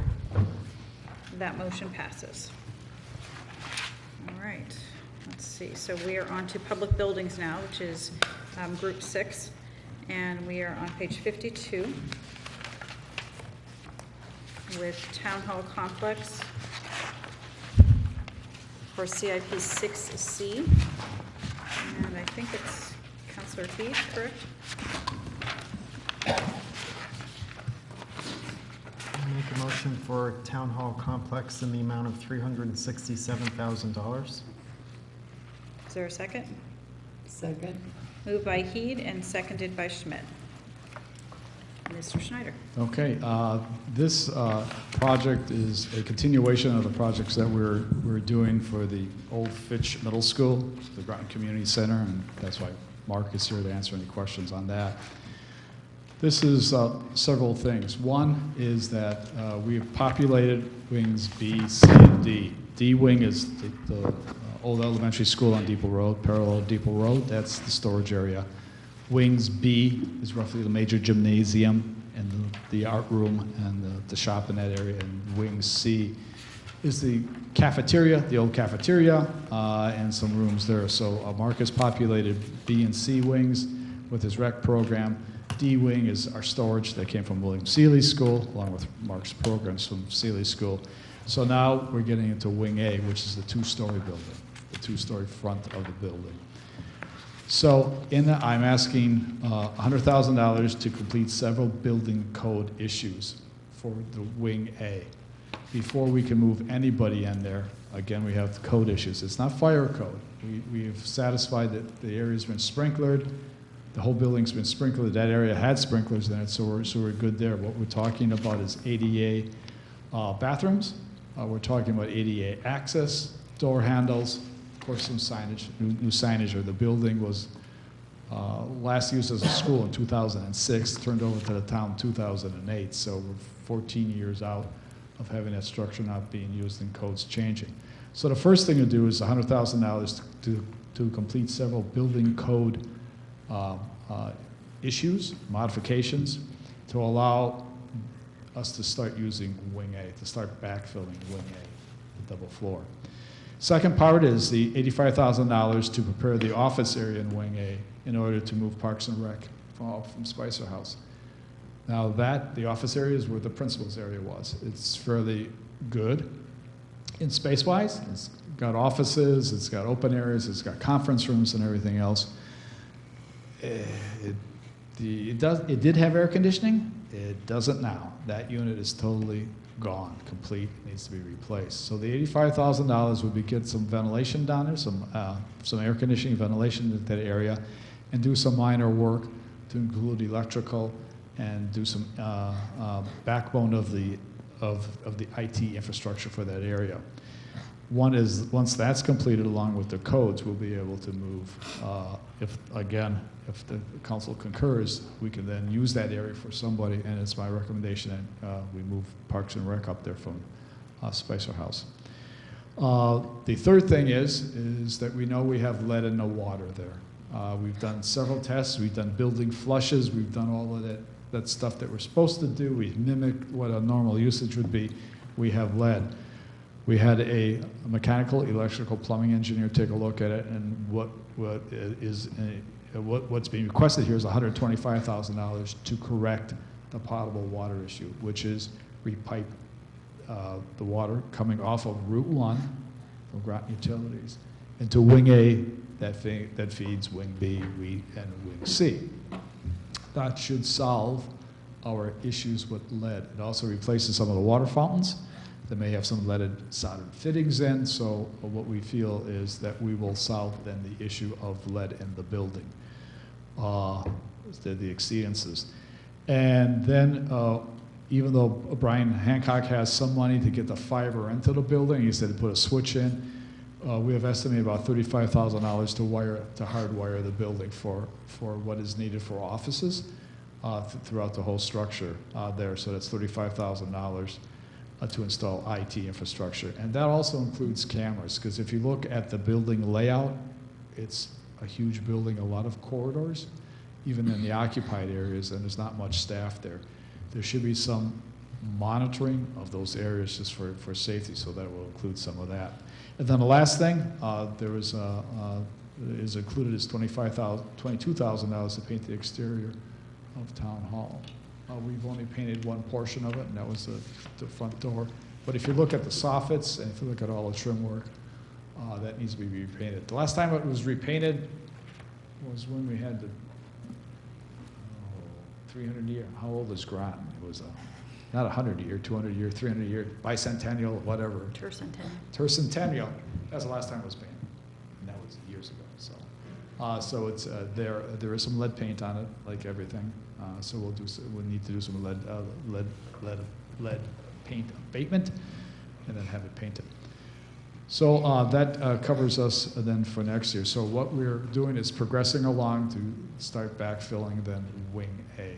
And my recommendation to the manager and to the council is that with that, we move Parks and Rec up into that. They're closer to the programs, closer to being in more of a building that more suits their needs than Spicer House. Thank you.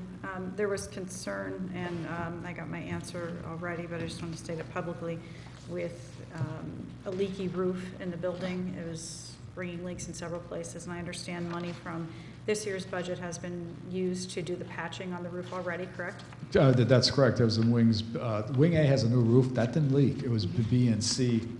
We had the freeze thaw. Some of the seams were opening up, so we did get to that. So we did use we do have operational funds for that for all of our roofs. So that was completed. So the leaking roof is fixed, so now, Yes. to me, the most important thing is getting the water, so it is Yes. safe to drink in that building. So are there any questions for this particular item? Did you say Counselor the water Parker? is safe to drink? I'm sorry. To get it. To get the water safe to drink in the building, which is why I'm strongly in favor of this. Counselor Parker? The installing the IT infrastructure, who's gonna be watching? Is that? Sorry. No, That's why Mr. Berry was Mark here. Berry is.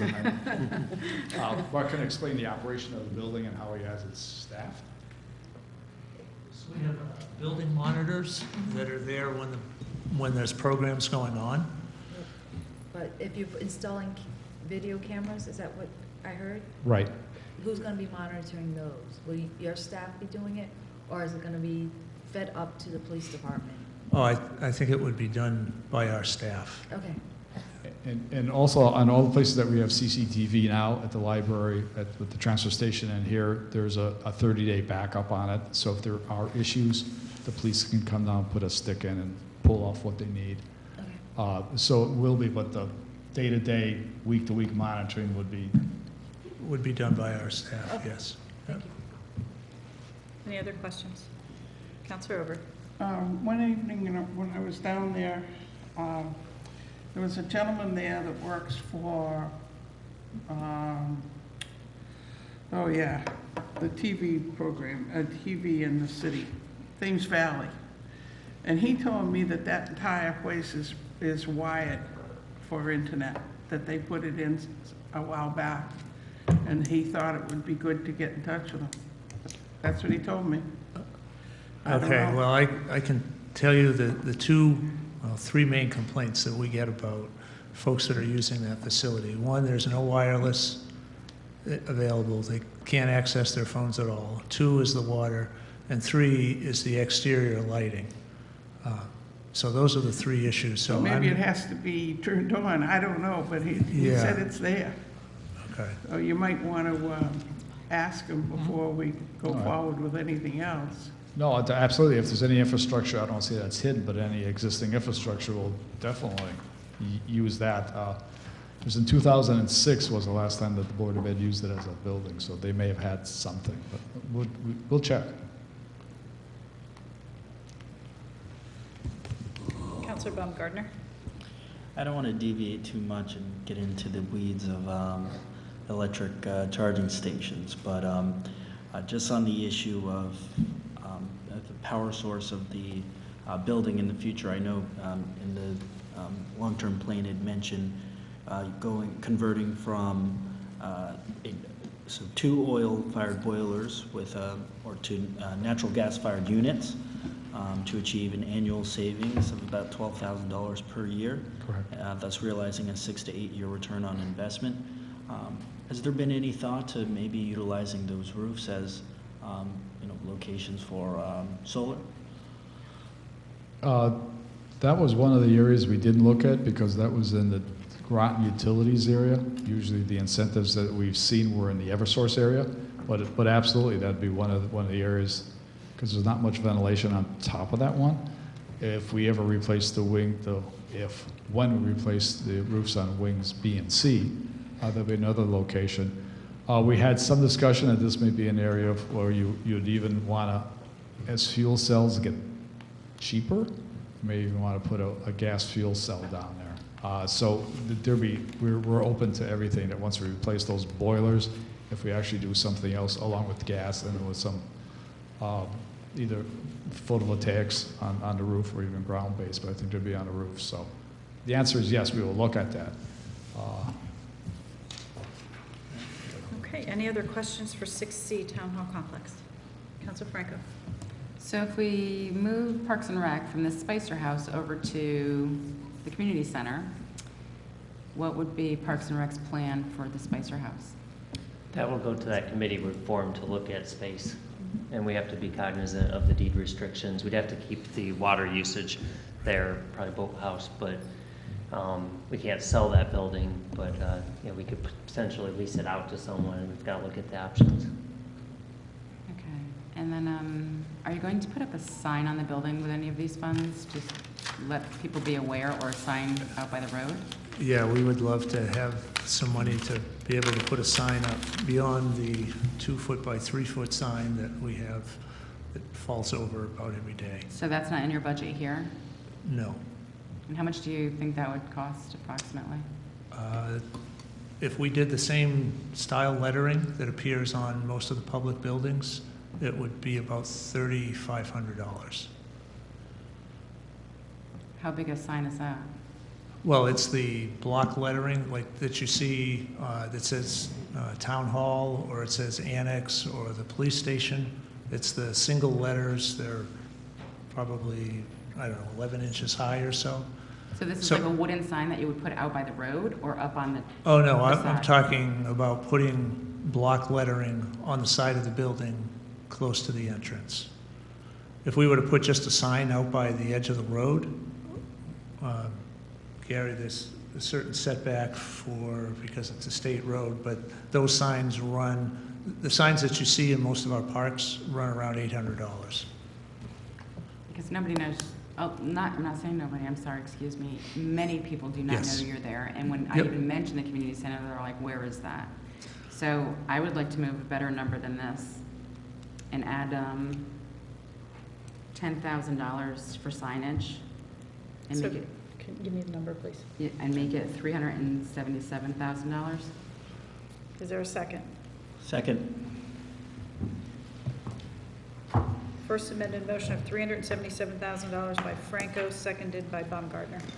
Okay, you want to go ahead and give your, Mr. Sorry, Bergeron. I was just going to say, you know, that might be more than we need for the signage. If so, I was just talking to Gary, but our annex sign is in terrible condition up by the road. If you look, it's got a chunk out of the bottom, and it's, so, you know, if we could, maybe we could make that part of that, then if we do it, part of that, so we can get that in shape. It's bad. Did you want to speak to your amendment? I just would like to add that so people can find our community center, because it's very hard to describe where you're at. And when you're telling people, I want them to be able to drive by and say, oh, look, there's the community center. Now I know where it's at. Yep. And I want something out of the street that you could possibly show the town that you're there.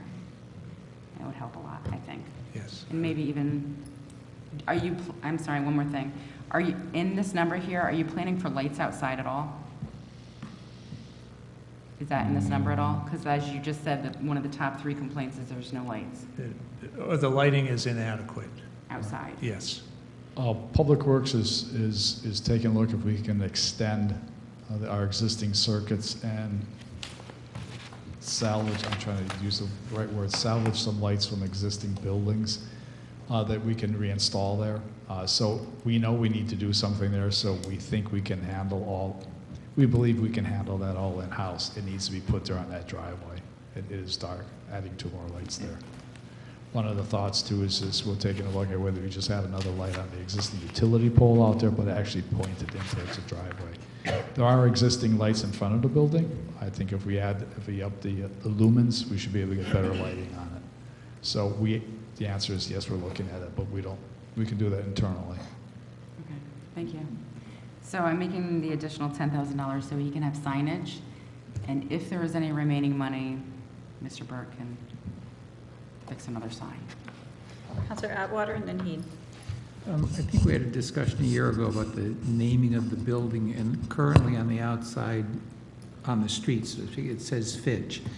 If you do signage and so forth, is it going to do anything on that surface, or would it just be back where the entrance is? No, I think our plan would be to put the lettering on the physical building by the entrance to the community center, that's the new vestibule that was built that's adjacent to what used to be the cafeteria. So that we wouldn't be changing the front of the building. I think at one time there was a discussion about if some other departments moved into that section, that perhaps that entire building would be called the Fitch.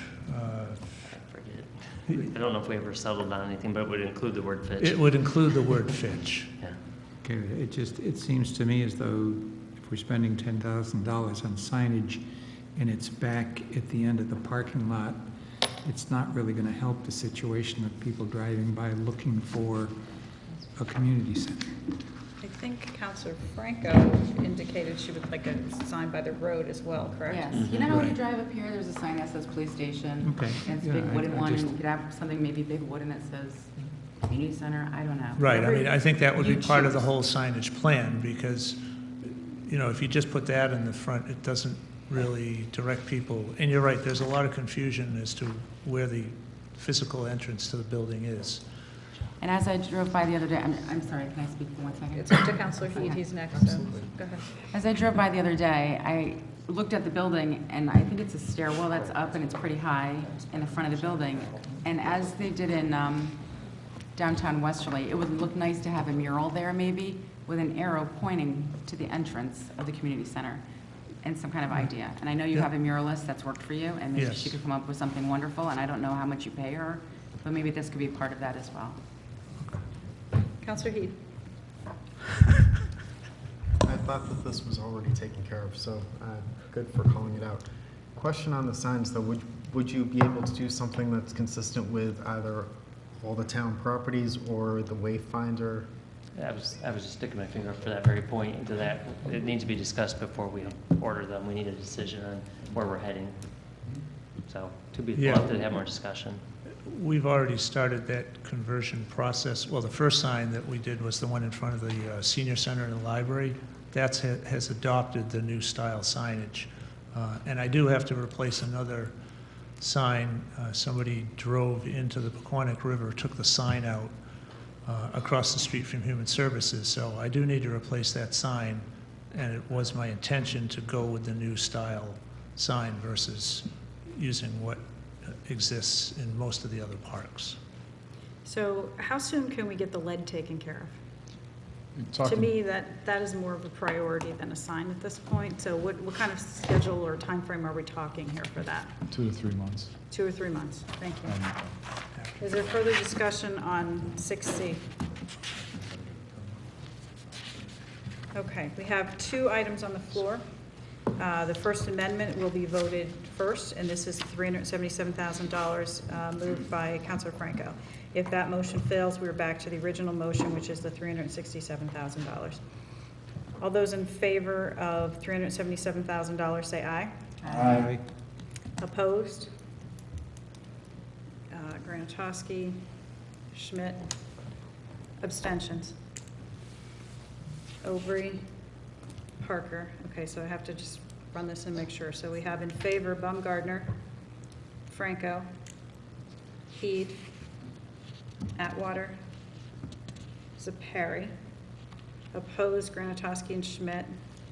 And abstentions, Aubrey and Parker. 5, and 2 is 7, and 2 is 9. Ms. Molding, are we good? So that motion passes.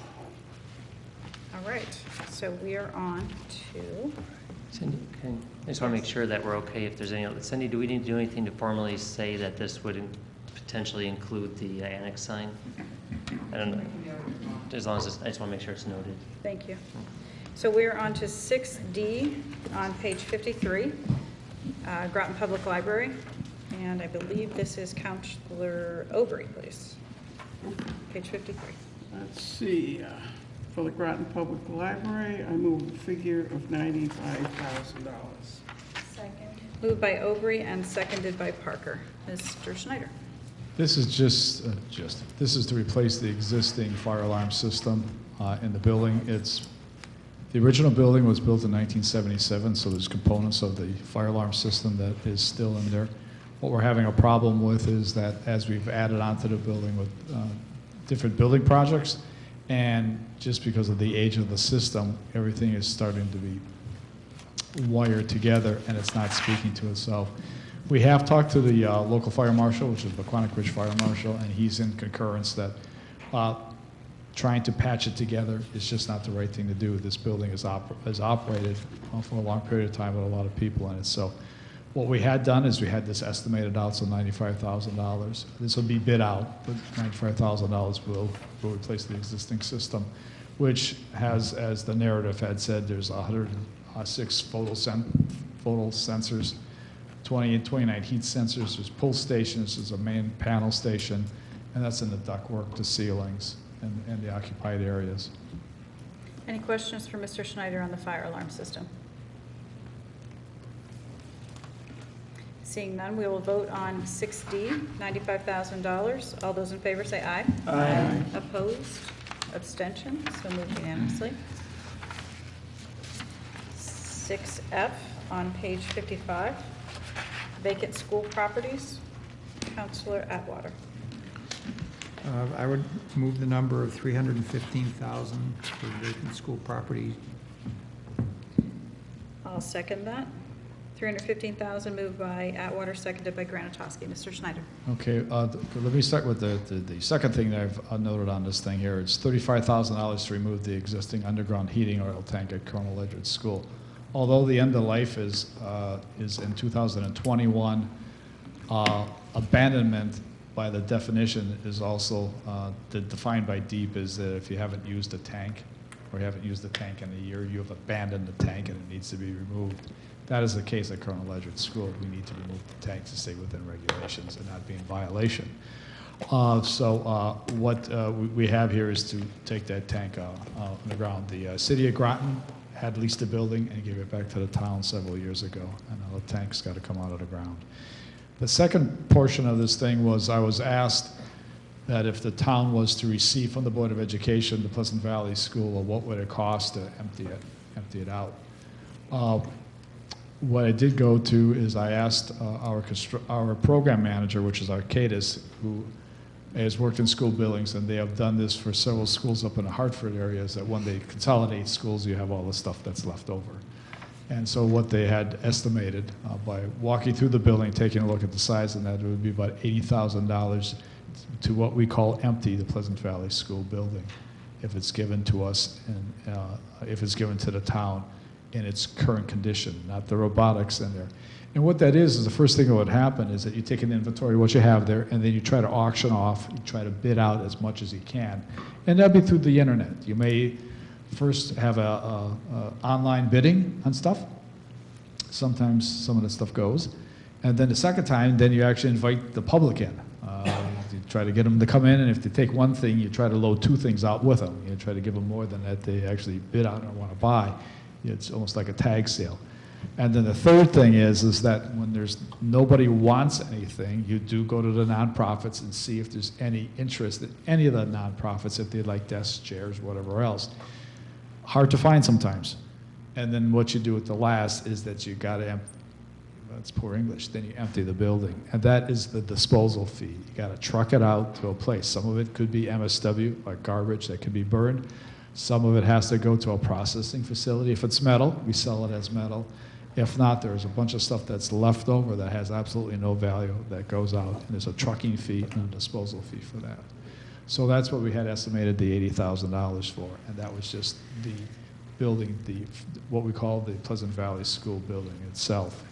There's another building on site, which they call the Pleasant Valley Frame. The Board of Ed also uses that for storage. Then the third item there is that when we were talking to John Reiner about the upcoming schools and what the manager had mentioned that the committee took at the future use, is that once we complete the school project for the elementary schools and the middle school that we're building right now, it will have Claude Chester, Colonel Ledger's already offline, Pleasant Valley, and SB Butler School. So we'll be getting two other schools that'll be coming down off the pike, off of the Board of Ed back to the town of Groton. If anyone wants to buy these things, or if there's any value, what needs to be done is people need to know what was there, which is a phase one. A phase one study of a building is you go through historical records to see if there's been any pollution on the site, if there's been any reported pollution, any uses of it. If there has been, and it could be everything from that building was as old where they actually had coal-fired boilers, they'll be looking for coal ash, because the easiest thing to do is put the coal ash on the site someplace. There's a little point, and the ground somewhere is out back. So you put the coal ash. That's hazardous. So what the phase one will do is do the paperwork, take a look at the uses and everything else. And the phase 2 would be then taking a look at areas, actually doing could be some borings, some diggings in that. It could be by if there's a transformer leak, if there could be there's an existing oil tank that was removed, and if it was removed years ago, was it properly inspected? And I was here when most of those were removed. Me and West Greenleaf did it through a contractor, and it was done properly. We did take a look at the hole, we did inspect, we did test. But there could be some instances where you would want to do more soil borings than that in the area to make sure that all the material has been moved. So that's the phase 2. And John had estimated it's about $200,000, about $50,000 for schools. So we have Claude Chester that'll be coming offline with the new elementaries being built. Colonel Ledger we have right now. Pleasant Valley, if we do get that from the Board of Education, and then the SB Butler School. So that's what that $200,000 is estimated is to do the phase 1. Phase 2 is that if the town would want to sell the properties, not saying that they would, or they want to reuse them for something else, we know what was there. We know SB Butler had a pistol range underneath it. Police used to fire their weapons down in the basement. So we know there's lead. Mr. Burt wanted to. A couple things. On the 80,000 for the cleanup, first of all, just a little background. The mayor and I had toured, and we had one group come in to look at whether they wanted, or contacted them anyways, to see if they wanted anything. They didn't, and we were going to schedule an auction. It was planned, and I believe the issue became mold in parts of the building, so they couldn't do the auction. You'd have to eventually those materials are just going to have to be taken out by a private contractor. But in the meantime, the school had intended to turn this over to us in July, and that's still their intent, but they don't know what they're going to do with robotics. And I don't think we have any space for robotics anywhere. So I'm thinking we should probably hold off on the 80,000 until we figure out what exactly is happening with Pleasant Valley. And then when you look at the phase 1 and phase 2, Gary, just something that pops in my head is we're going out for RFP for Colonel Ledger in the next month or two. So I don't know if we do this in the middle of that process. If we do it, how quickly do you think that could be done if the funds were there July 1st? If funds are due July 1st, we have 2 master service agreements with LEPs who do this type of work because we're using them at the schools. What we did is we engaged them through going qualifications-based selection and pricing. We selected 2 LEPs, but we have a master service agreement. So bottom line, they have the insurance, they have the knowledge, they have everything else. Once we know that we could even, if the council and the RTM approve it, that the funds are there, we can get all the agreements, all the task orders ready, so July 1st they're out looking.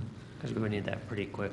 I think we could release the RFP and say this information's pending, but we're going to want that. We could do it quickly. If the person selected, the staff would be ready to go. They can't charge anything, they can't do anything before July 1st, but we don't have to wait. We have their insurance, we have their knowledge, they'll have their staff available. Okay, so 2 things. First, a comment, and then I'm going to make a motion depending on the answer to the question. In the future, I would just urge the Board of Ed, if they're going to turn a building over to us, turn it over to us and let us get it emptied. Now we're stuck with a building that is moldy inside, and that's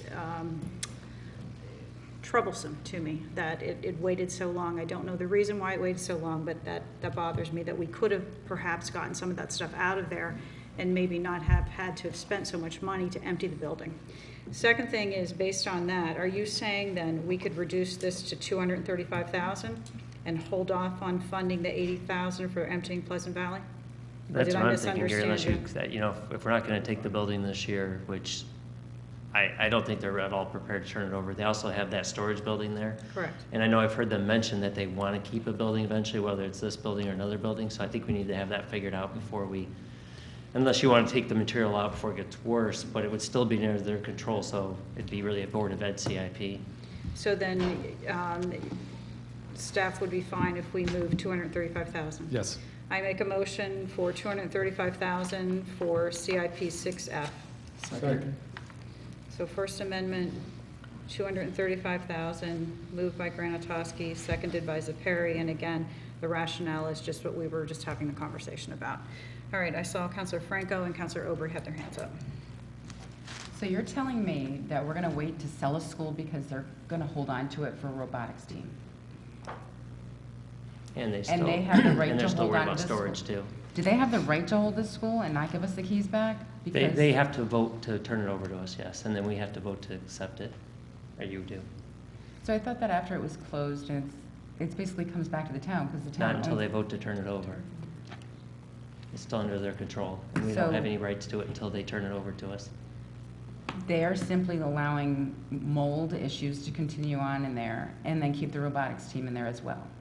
Yeah, which is a And then- concern to me. And then, to top it all off, basically, the equipment and desks and all this, are they even salvageable? Has I anybody don't looked at think them? there's any value. Like you said, we were looking at auctioning. I don't think there's any value to them.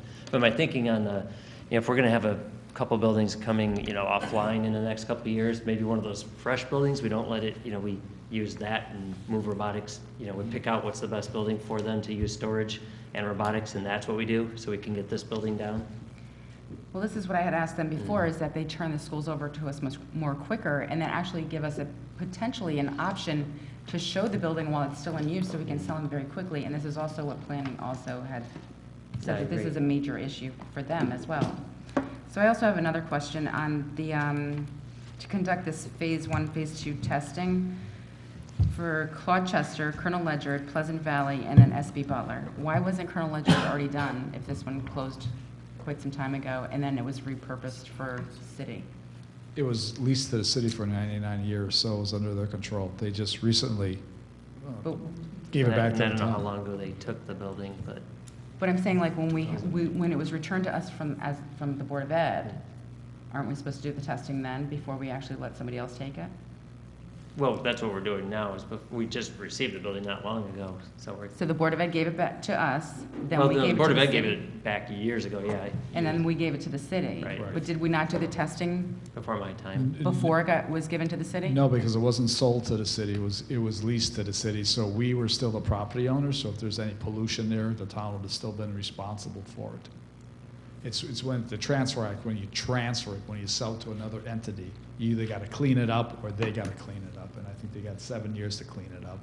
So there's agreements that are made with the transfer of property, the sale of So- property. So to clean this property up, we couldn't sell these schools and then the purchaser do the cleanup themselves? They could. They can, Or they no, can they do can the do the testing? cleanup, but the thing is, they're gonna wanna know what's in there when they bid on it. They need to know that study for what's actually there to clean up. So we did this for Groton Heights?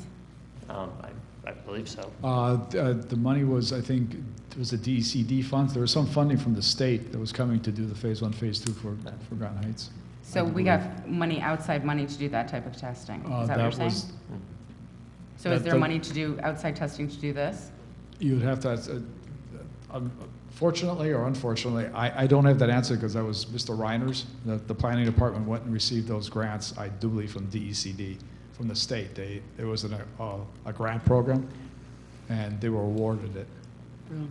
So Claude-Chester, Pleasant Valley, and SB Butler will not be sold before at least, what, 2001, 2002?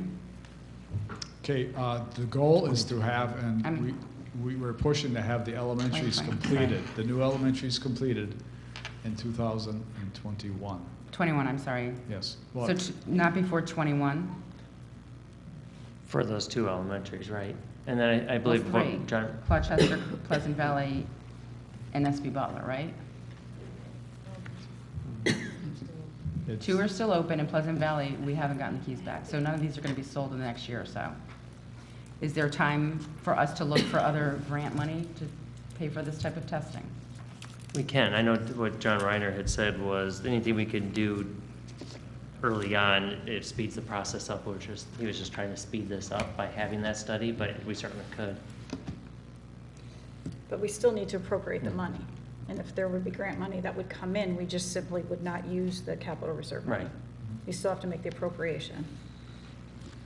Well, I don't know if we need to, if we're going to have 3 schools that are not going to even close in the next year. Or we're not going to get them back in our possession. Why would we pay for something now when we could do it next year? That's my question. Why would we, they're not even in our possession. You're correct. Mr. Burt or Mr. Snyder? No, I don't disagree, really. Pleasant Valley would have made sense because we thought we were going to put it out to bid pretty quick, but now we're not. And I think, by the way, the grant funding is usually tied in more if you think it's to be a commercial purpose. The state has more interest and more funding there than like if it was housing, like Colonel Ledger, depending on what's there, it could or couldn't, Brownfield money, would that cover this as well? What's that? Brownfield? Yeah, that's what I'm saying, is, if there's a commercial purpose, it's more likely that you would get brownfield dollars. We have 3 other counselors who wish to speak. Can we go on? Are you set? Counselor Aubrey, Heed, and then Atwater. Okay, personally, I would like to take this particular item and set it aside and have a meeting, probably a executive meeting between public service, economic development, and ourselves, because there are things that are happening with these schools that need to be discussed in order to make good decisions. And also, if I remember correctly, when we were talking about the school project, when the 2 elementary schools are built, there was money from this included in that to take down the 2 buildings that'll be there empty. No. Not on this list. The middle schools. The That's what I'm talking elementary, about. those aren't on this list here. Well, I just think that we don't have the information that we need right now to make correct decisions on this. I agree. I think let's put 35,000 in for the oil tank. That's what I was just going to say. Let's let the other counselors speak. Heed and then Atwater, please. Well, I'll go ahead and make the motion for $35,000. Oh, wait a minute, she made a motion on top of it. We can only have You two can have amendments. 2 amendments. All right, so hold on, please. So second amended is how much, Counselor Atwater? 35,000. 35,000. Is there a second? Second. Yeah, but I made a motion for this to Hold, go please. into abeyance. There's a motion on the floor for $35,000 from Counselor Heed, seconded by Counselor Parker. And your rationale is? To just do the $35,000 for construction and eliminate planning and other costs. The oil tank. Right, the oil tank, Right. correct. Okay, so we have the main motion and 2 amendments on the floor. Counselor Atwater still wanted to speak, and then Counselor Zaper. I'd like to know why it only costs $30,000 to take an oil tank out of Gloucester and $35,000 to take it out of Colonel Ledger. Is it Colonel Ledger or? Sam estimated his tank, I estimated ours. So it's just coming from two different people estimating what they think is going to happen. Both will be bid. I'd recommend that, I would not recommend, I'm going to recommend, I will get with Sam, these should be bid together. The prices will come down if you have one contractor. The price, It was just 2 people estimating. And then And if it costs less, then the money will return to the CIP fund. might I suggest that the robotics team go to the Spicer House once they move? Counselor Zaper, and then Franco. I agree with Leanne that we should be looking at this more closely before making a decision. However, by voting a $35,000 expenditure at this point, that's exactly what we're doing. We're holding off making a decision on the rest of it until we have more information. So I'm in favor of the second amendment. Counselor Franco, you wanted to speak again? Yes, I'm in favor of the 35, though I would be concerned about not funding the Phase 1, Phase 2 for Colonel Ledger, because that is something that's on our radar to sell. And we could fund it, and then if we get a grant, we don't spend that funding. So should we add 50,000 on for Colonel Ledger? So as it stands right now, we have 3 numbers on the floor. That's fine, One of them's I would gonna just like have to ask fail. a question. So would it be, because if you have 4 schools at 200,000, that would be 50,000 per school. Would Colonel Ledger be considered basically a $50,000 school plus the 35 at 85? Do you feel comfortable with that? That makes sense? Because Colonel Ledger is a school that we are looking to sell, and we might have to get this done sooner, much sooner than the others. Excuse me. Yes, Counselor Aubrey. If I could just say again, there's things even about that one, Rachel, that you don't know right now that you need to know to make this decision. So you're getting ahead of yourself. You know, that's why. What do I not know? That's why I've asked for an executive session to review this with the economic development portion that's working on the sale of the schools so that you're fully informed in order to make a good decision with these. Okay, Just to know, I believe Go we ahead. have to finish up the CIPs today. We can't do an executive Right. session before, because everything has to be wrapped up on Thursday night. So she has to do the calculations. all right, so I have a suggestion, perhaps. If, we do have to wrap up the CIPs. If we have this meeting after we're done with the CIPs, could we come back with an additional fourth quarter transfer? If we find we need to do this? Is that acceptable? We could come back if Mr. Burke can arrange the meeting that Councilor Aubrey is requesting. And John and Paige, I believe, are going to be coming here twice in May. So you could have that discussion. And that would be sufficient time to do a fourth quarter transfer. Well, you were talking about the 20 budget? Um, You'd want to be adding the funds to the 20 budget. Do you want to add it to the budget. 20, or do you want to do it this year? Yeah, wasn't making sense, sorry. Did you want to add it? Along the process, I'm trying to think along the process. You could have the meeting and then we could decide. We Yeah. don't have time to do a fourth quarter transfer this year. Right. Because most of those, anything over $10,000 has to go to the RTM. Right. And that would have to be referred in May for June action. It could be 653, but I understand what you're saying. Okay. So there is a way, if after the meeting, we want to have this done in FYE 20, we could get the money into the budget at that point. Right. Okay. All right, so then where we are, we have the main motion, which is the 315. We have the first amendment, which is the 235, which stripped out Pleasant Valley. And then we have the second amendment, which is 35, which takes it just down to the oil tank at Colonel Ledger. So we need to vote the second amendment first. If that fails, then you could put another number on the floor. Is everyone clear as to the process at this point? Okay, so we will vote the second amendment, which is $35,000 to remove the oil tank at Colonel Ledyard School. Did you have something you Yeah, wanted to just say? a I'm quick sorry, question. we had a question So before we called for the vote. 35,000, are we talking about doing an additional, we still want to meet separately with the Board of Ed Economic Development, figure out what we're going to do with the rest of it, is that right? That's what Councilor Aubrey requests. Yeah, and I think you would look at these differently. Okay. So Again? if, Oh, sorry, second question. Are we then better off going for, say, the $235,000 motion and then taking it out of the budget later? If, are we able to do that? And just not using it? No, so it's just 235, or, If you appropriated the 235 and then decided not to use it, but you would, if you thought you might need the funding in 2020, you'd have to appropriate it. You could go back after July 1st and ask for the supplemental. So are we clear what we're doing? So we need to appropriate the money regardless of the source. We don't have to spend the money once it's appropriated. So we can either go with the 35 just for the tank. We can go with the 235, which is the tank and the phase 1, phase 2, or we can go with the original motion. Those are the three options we're looking at. Or we can make another motion after. Not said until we fail. vote one of these. That's what I'm trying to say. Right, but After we they- have if to, they we have to fail. vote one of these down in order to get another number on the floor. Okay, so let's take a vote on the second amendment and see where we are with that, okay? So the second amendment is $35,000 for CIP 6F.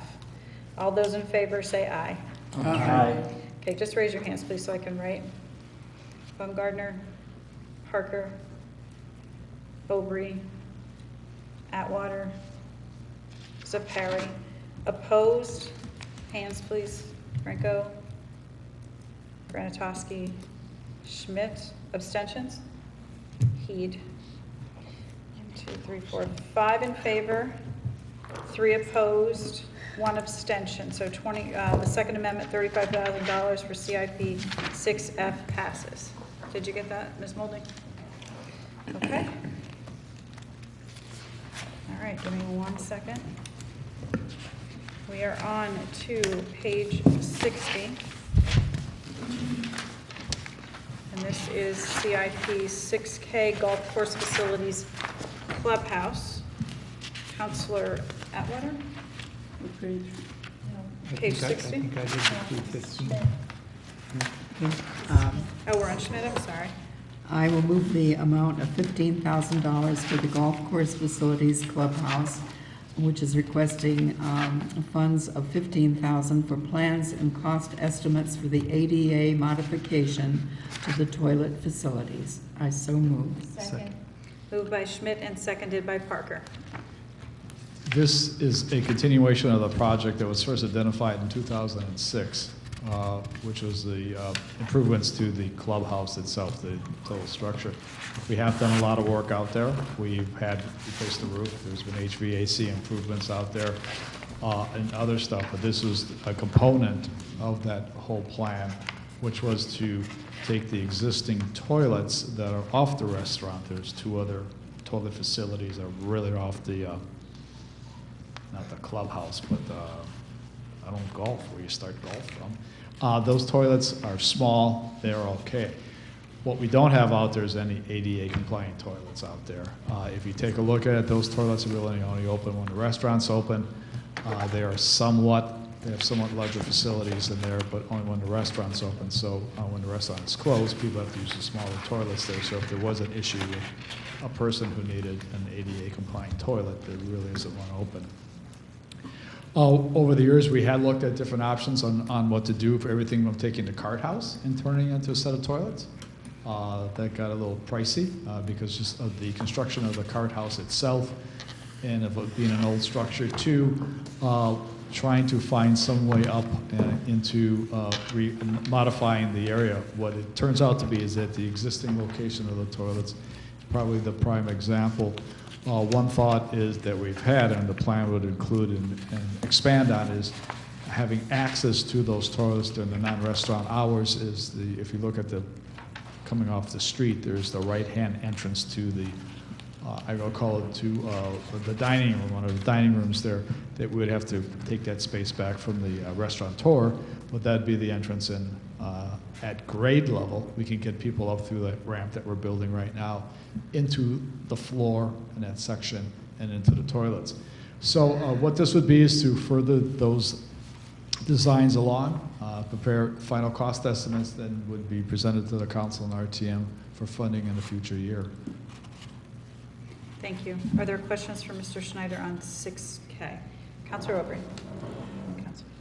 You're talking about making it so there's access there when the restaurant isn't open? Correct. When is the golf course open that the restaurant isn't open? I don't golf, but don't they start 8 o'clock in the morning? They're there at 8 o'clock in the morning. They're I didn't think the restaurant was open at 8 though, for people to come in, for the public to come in. They start teeing off at 7, just saying. Well, I think it seems to me that maybe there would be a better way. If we're going to do considerable change to the building for an hour of the day for access to a bathroom,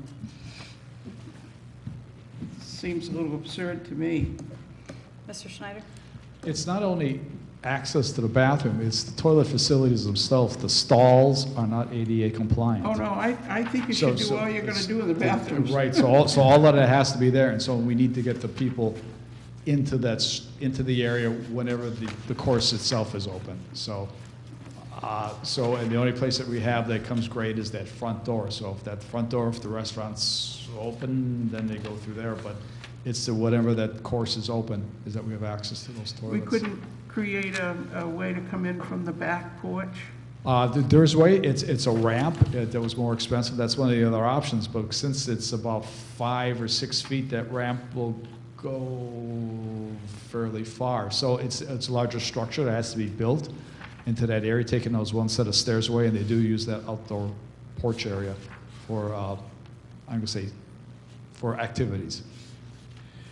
Well, I think that, you can do an access that comes along the side versus going straight out. We've looked at all this. I mean, there's several options to look at, and it comes down to price. We did lease some of the area there. It'd be a small area that we'd have to take back in the front of the room there, but not much.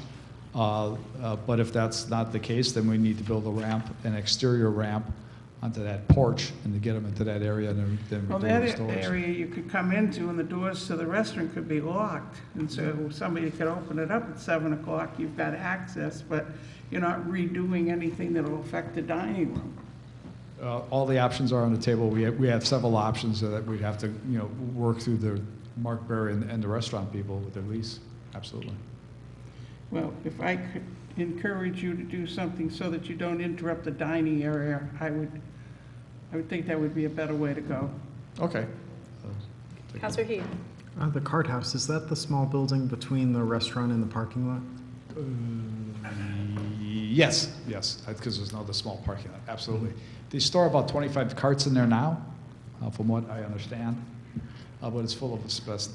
It's full of lead, we know of, there may be asbestos in the wall, it's a wooden floor, so it's kind of rough. But once you do all the demo work, it's cheaper using the existing toilets. That's the one on the main street? It Yes. looks so shabby right now? It's Beautiful, though. It is. It's a very pretty building. I often wondered why it wasn't painted. Now I know why. It hasn't been touched because it's going to be costly to redo that stucco. Are there any other questions on 6K? Okay, seeing none, we'll vote on CIP 6K in the amount of $15,000. All those in favor say aye. Aye. Opposed? Abstentions? So moved unanimously. And 6M, which is on page 62. And this is Counselor Zepari, please. I move the amount of $37,000. Is there a second? Second. Moved by Zepari and seconded by Schmidt. Mr. Schneider. Of the several items that we have listed in the bullet points, the two critical ones that we're requesting funding for is, one is the repair of the exterior concrete steps. If we have gone into the police station, they are spalding, deteriorating, along with the caps on the walls themselves, and some of the exterior brick needs to be repointed. So that was part of it. The second part, which is the more critical one, is on the Sally Port. Sally Port's operated by two garage door openers, and it's used for when they bring guests into the police station. They like to have the doors come down or open up, and the doors are old, the openers are old. They may not be original, but they need to be replaced. If we replace them, because of the wind zone that we're in, there's a heavier door because of the hurricane codes that we go by. But this will get us into a mode where we're not asking the door company to come in or the police to do extra stuff when the door doesn't open or close as it should. So to replace both doors and openers. Thank you. Are there any questions for Mr. Schneider on the steps or the Sally Port?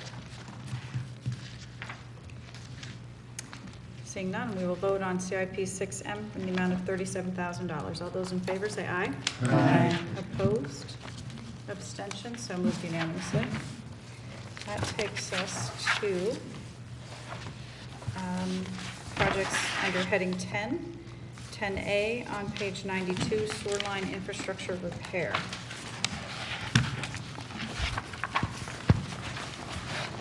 I believe Mr. Lund is Hello, joining us. Chris Hello. Lund, Assistant Director, Public Works. So we are back to Councilor Baumgartner on page 92 for 10A, please. So I'll move the amount of $100,000, Project A sewer line infrastructure repair. So moved. Is there a second? Second. Moved by Baumgartner and seconded by Heed. Mr. Lund. So this project is simply to hire a vendor with the appropriate equipment to evaluate the northwest interceptor sections that we're interested in, which would be the section of gravity line that's Route 12, north of 95, until the point where the pressure main empties into it from the Goss Cove pump station, and then sections along the overland interceptor and Tollgate Road. So what's unique about this line is that it's a larger diameter pipe and it's outside of the ability of our own in-house equipment to do, so we need to hire a vendor. And since it's going along Route 12 there, it's going to be a little more complicated with additional traffic control and whatnot. And depending on what we find in the interceptor, we may need to remediate, so there's money in there as well for potential design services. Are there questions for Mr. Lund?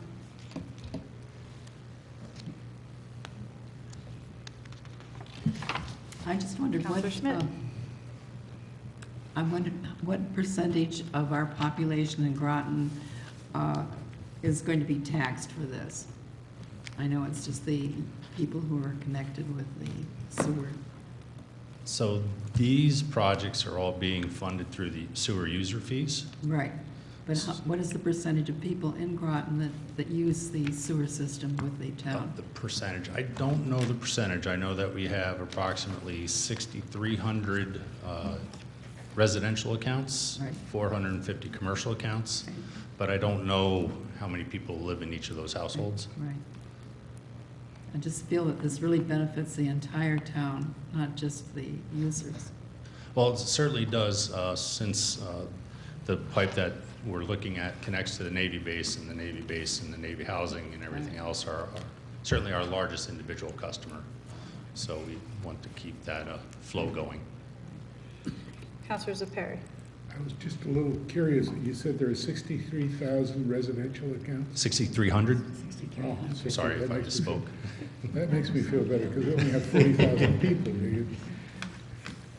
Any other questions on 10A? Seeing none, we will vote on $100,000 for CIP 10A. All those in favor say aye. Aye. Opposed? Abstentions? So moved unanimously. We are on to 10B, pump stations. Councilor Parker, please. I move $100,000 for project 10B, pump stations. Second. Moved by Parker and seconded by Franco. Mr. Lund? So this project actually consists of two sub-projects, the first of which is design and engineering services for the Mumford Cove electrical mechanical modernization. I wouldn't call it, I would call it modernization versus upgrades, because we're not adding additional capacity. It's simply that the equipment out there has reached the end of its expected service life. We have ongoing issues with several pump stations now where when electrical or mechanical component fails, we can't find the vendor any longer or the parts because they no longer make the equipment. It's continuation of work that we've done at a number of the other larger pump stations, including Pequannock Bridge was just finished. We have design work ongoing at Gravel Street and at Costco. So this will replace those electrical and mechanical systems that are at the end of their service life. The second component is $50,000 for a resiliency study for the low-lying sewer infrastructure. This was mentioned during last year's budget deliberations as a preference of the council, actually, as well as something we were already looking at the time. We do have a number of stations that, as you drive around, you see them, and the difference between current sea level and the base of the steps are not much different. So we need to take a look at those, look at what we need to do for hardening those. Several of the stations have already been built for a certain flood level, but that has changed over time. We know that the National Flood Insurance Program and FEMA have updated flood maps. So this will go back through, identify those problematic areas, and provide or recommend potential solutions for those. Great, thank you. Any questions? Councilor Aubrey. Didn't you talk about two different things that come to 250,000? Am I following in the wrong place? We are on FYE 20, there are two $50,000 items which equal the $100,000 that Councilor Parker moved. Okay, sorry about that. That's all right. It's getting I late. agree It's with getting late. Councilor Aubrey. Excuse me? It looks like it's 250,000. Yeah, up here it says 200. 200,000. That was- No, that was, in yeah, that was 19, last right? year's. The FYE 19 was the two. Oh, 50 and 50. Right. Okay. All right. Man, I wish you didn't memorize this thing. All those in favor of CIP 10B for $100,000, say aye. Aye. Opposed? Abstentions? So moved unanimously. And last but not least, CIP 10C on page 94, and I believe this is Councilor Franco. I will move treatment facility for $138,000. Moved by Franco and seconded by Parker. Mr. Lund. So this project is for the treatment plant itself, which was built in 1970 approximately, some in 69, some in 71, and of course upgrades and additions since. We've done a good job over the years of replacing mechanical systems, electrical systems, and those same 14, 16, 18, 20-inch pipes still hang on the ceilings without being replaced. We know that we have corrosion issues just due to their age. We know we have accretion and scaling inside the pipes just because of what goes through there. So we're planning on bringing in some outside assistance to use various testing devices like ultrasonic thickness testing to give us a sense of what condition the pipes are in, what level of accretion or clogging may have occurred, and then start replacing the pipes. It's not a very interesting project, but it has to be done, because if it doesn't flow from one tank to the next, it's not getting treated. Thank you. Are there questions on 10C? Councilor Heed had his hand up. Yes, in regards to sewer usage fees, I know that they've been going up year after year, and it's always easy for us to vote for this because it doesn't affect the tax rate directly. But what kinds of efforts are you making to try and control the fee increases? I'm going to be prepared to speak about that thoroughly tomorrow if you would like to table that, but I can certainly address it now. Okay. So what are we doing to take care of sewer user fees? We are working on including additional technology in the plant, but that will certainly have an upfront capital cost. We are looking at process changes. One of the best changes we made so far this year, some of you may have remembered that under the nitrogen credit program, we have to buy credits. We made some changes in-house that were basically no cost. That we finally did a little laboratory work, and so far it looks like we're well under our limits this year. So when it comes time for next year, because it's on a calendar basis, we anticipate, provided things hold on, actually earning money for the first time ever. Better maintenance has been reducing, for the most part, a lot of the problems we previously saw due to improper or lacking maintenance. Unfortunately, what we're seeing now is just age catching up with us. So parts that are obsolescent, systems that just are breaking due to wear and tear over time. We've evaluated our vehicle needs. When a couple of vehicles come due for replacement next time, we're just going to run them into the ground and not replace them. We've reduced staffing over the last couple of years, so I certainly am very concerned about the sewer user fee impacts. If you do look at our rate increases over the last 10 years, you would note that there's 5 or 6 years in the last 11 that there were no rate increases, including a 4-year period from 2008 to 12 or 9 to 13 where it remained entirely unchanged. I understand why that was done, but certainly we underinvested in our capital improvements at that time, and I think we're fighting that curve right now.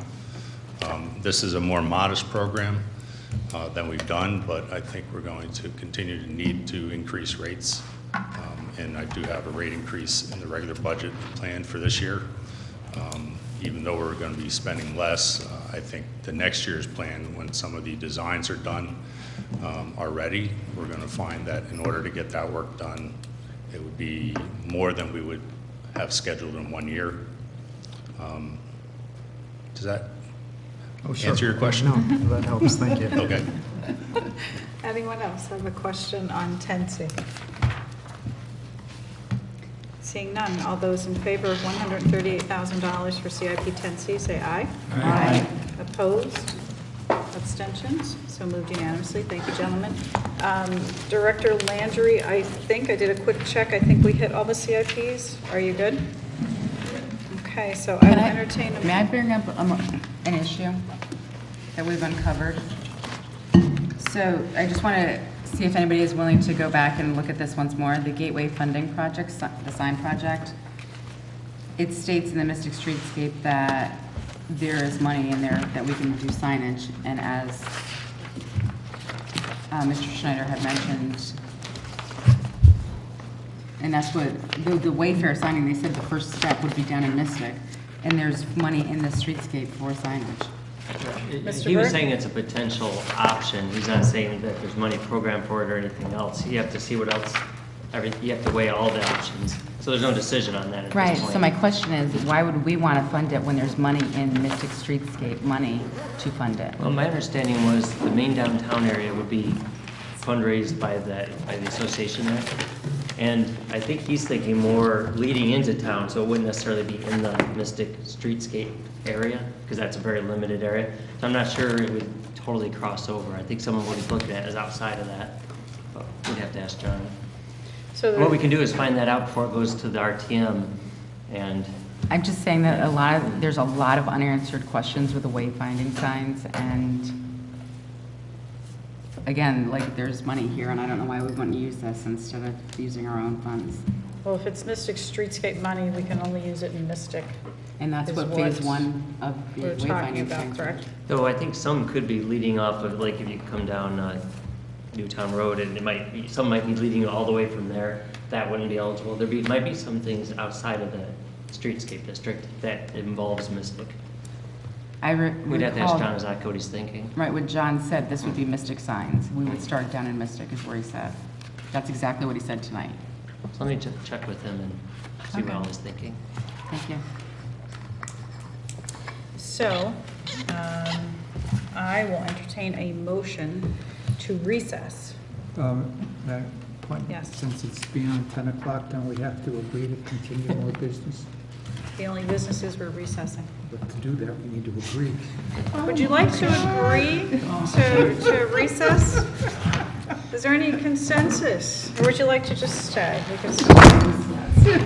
Is there a motion to recess to a Motion time to definite? recess to Wednesday, April 17 at 6 PM. Second.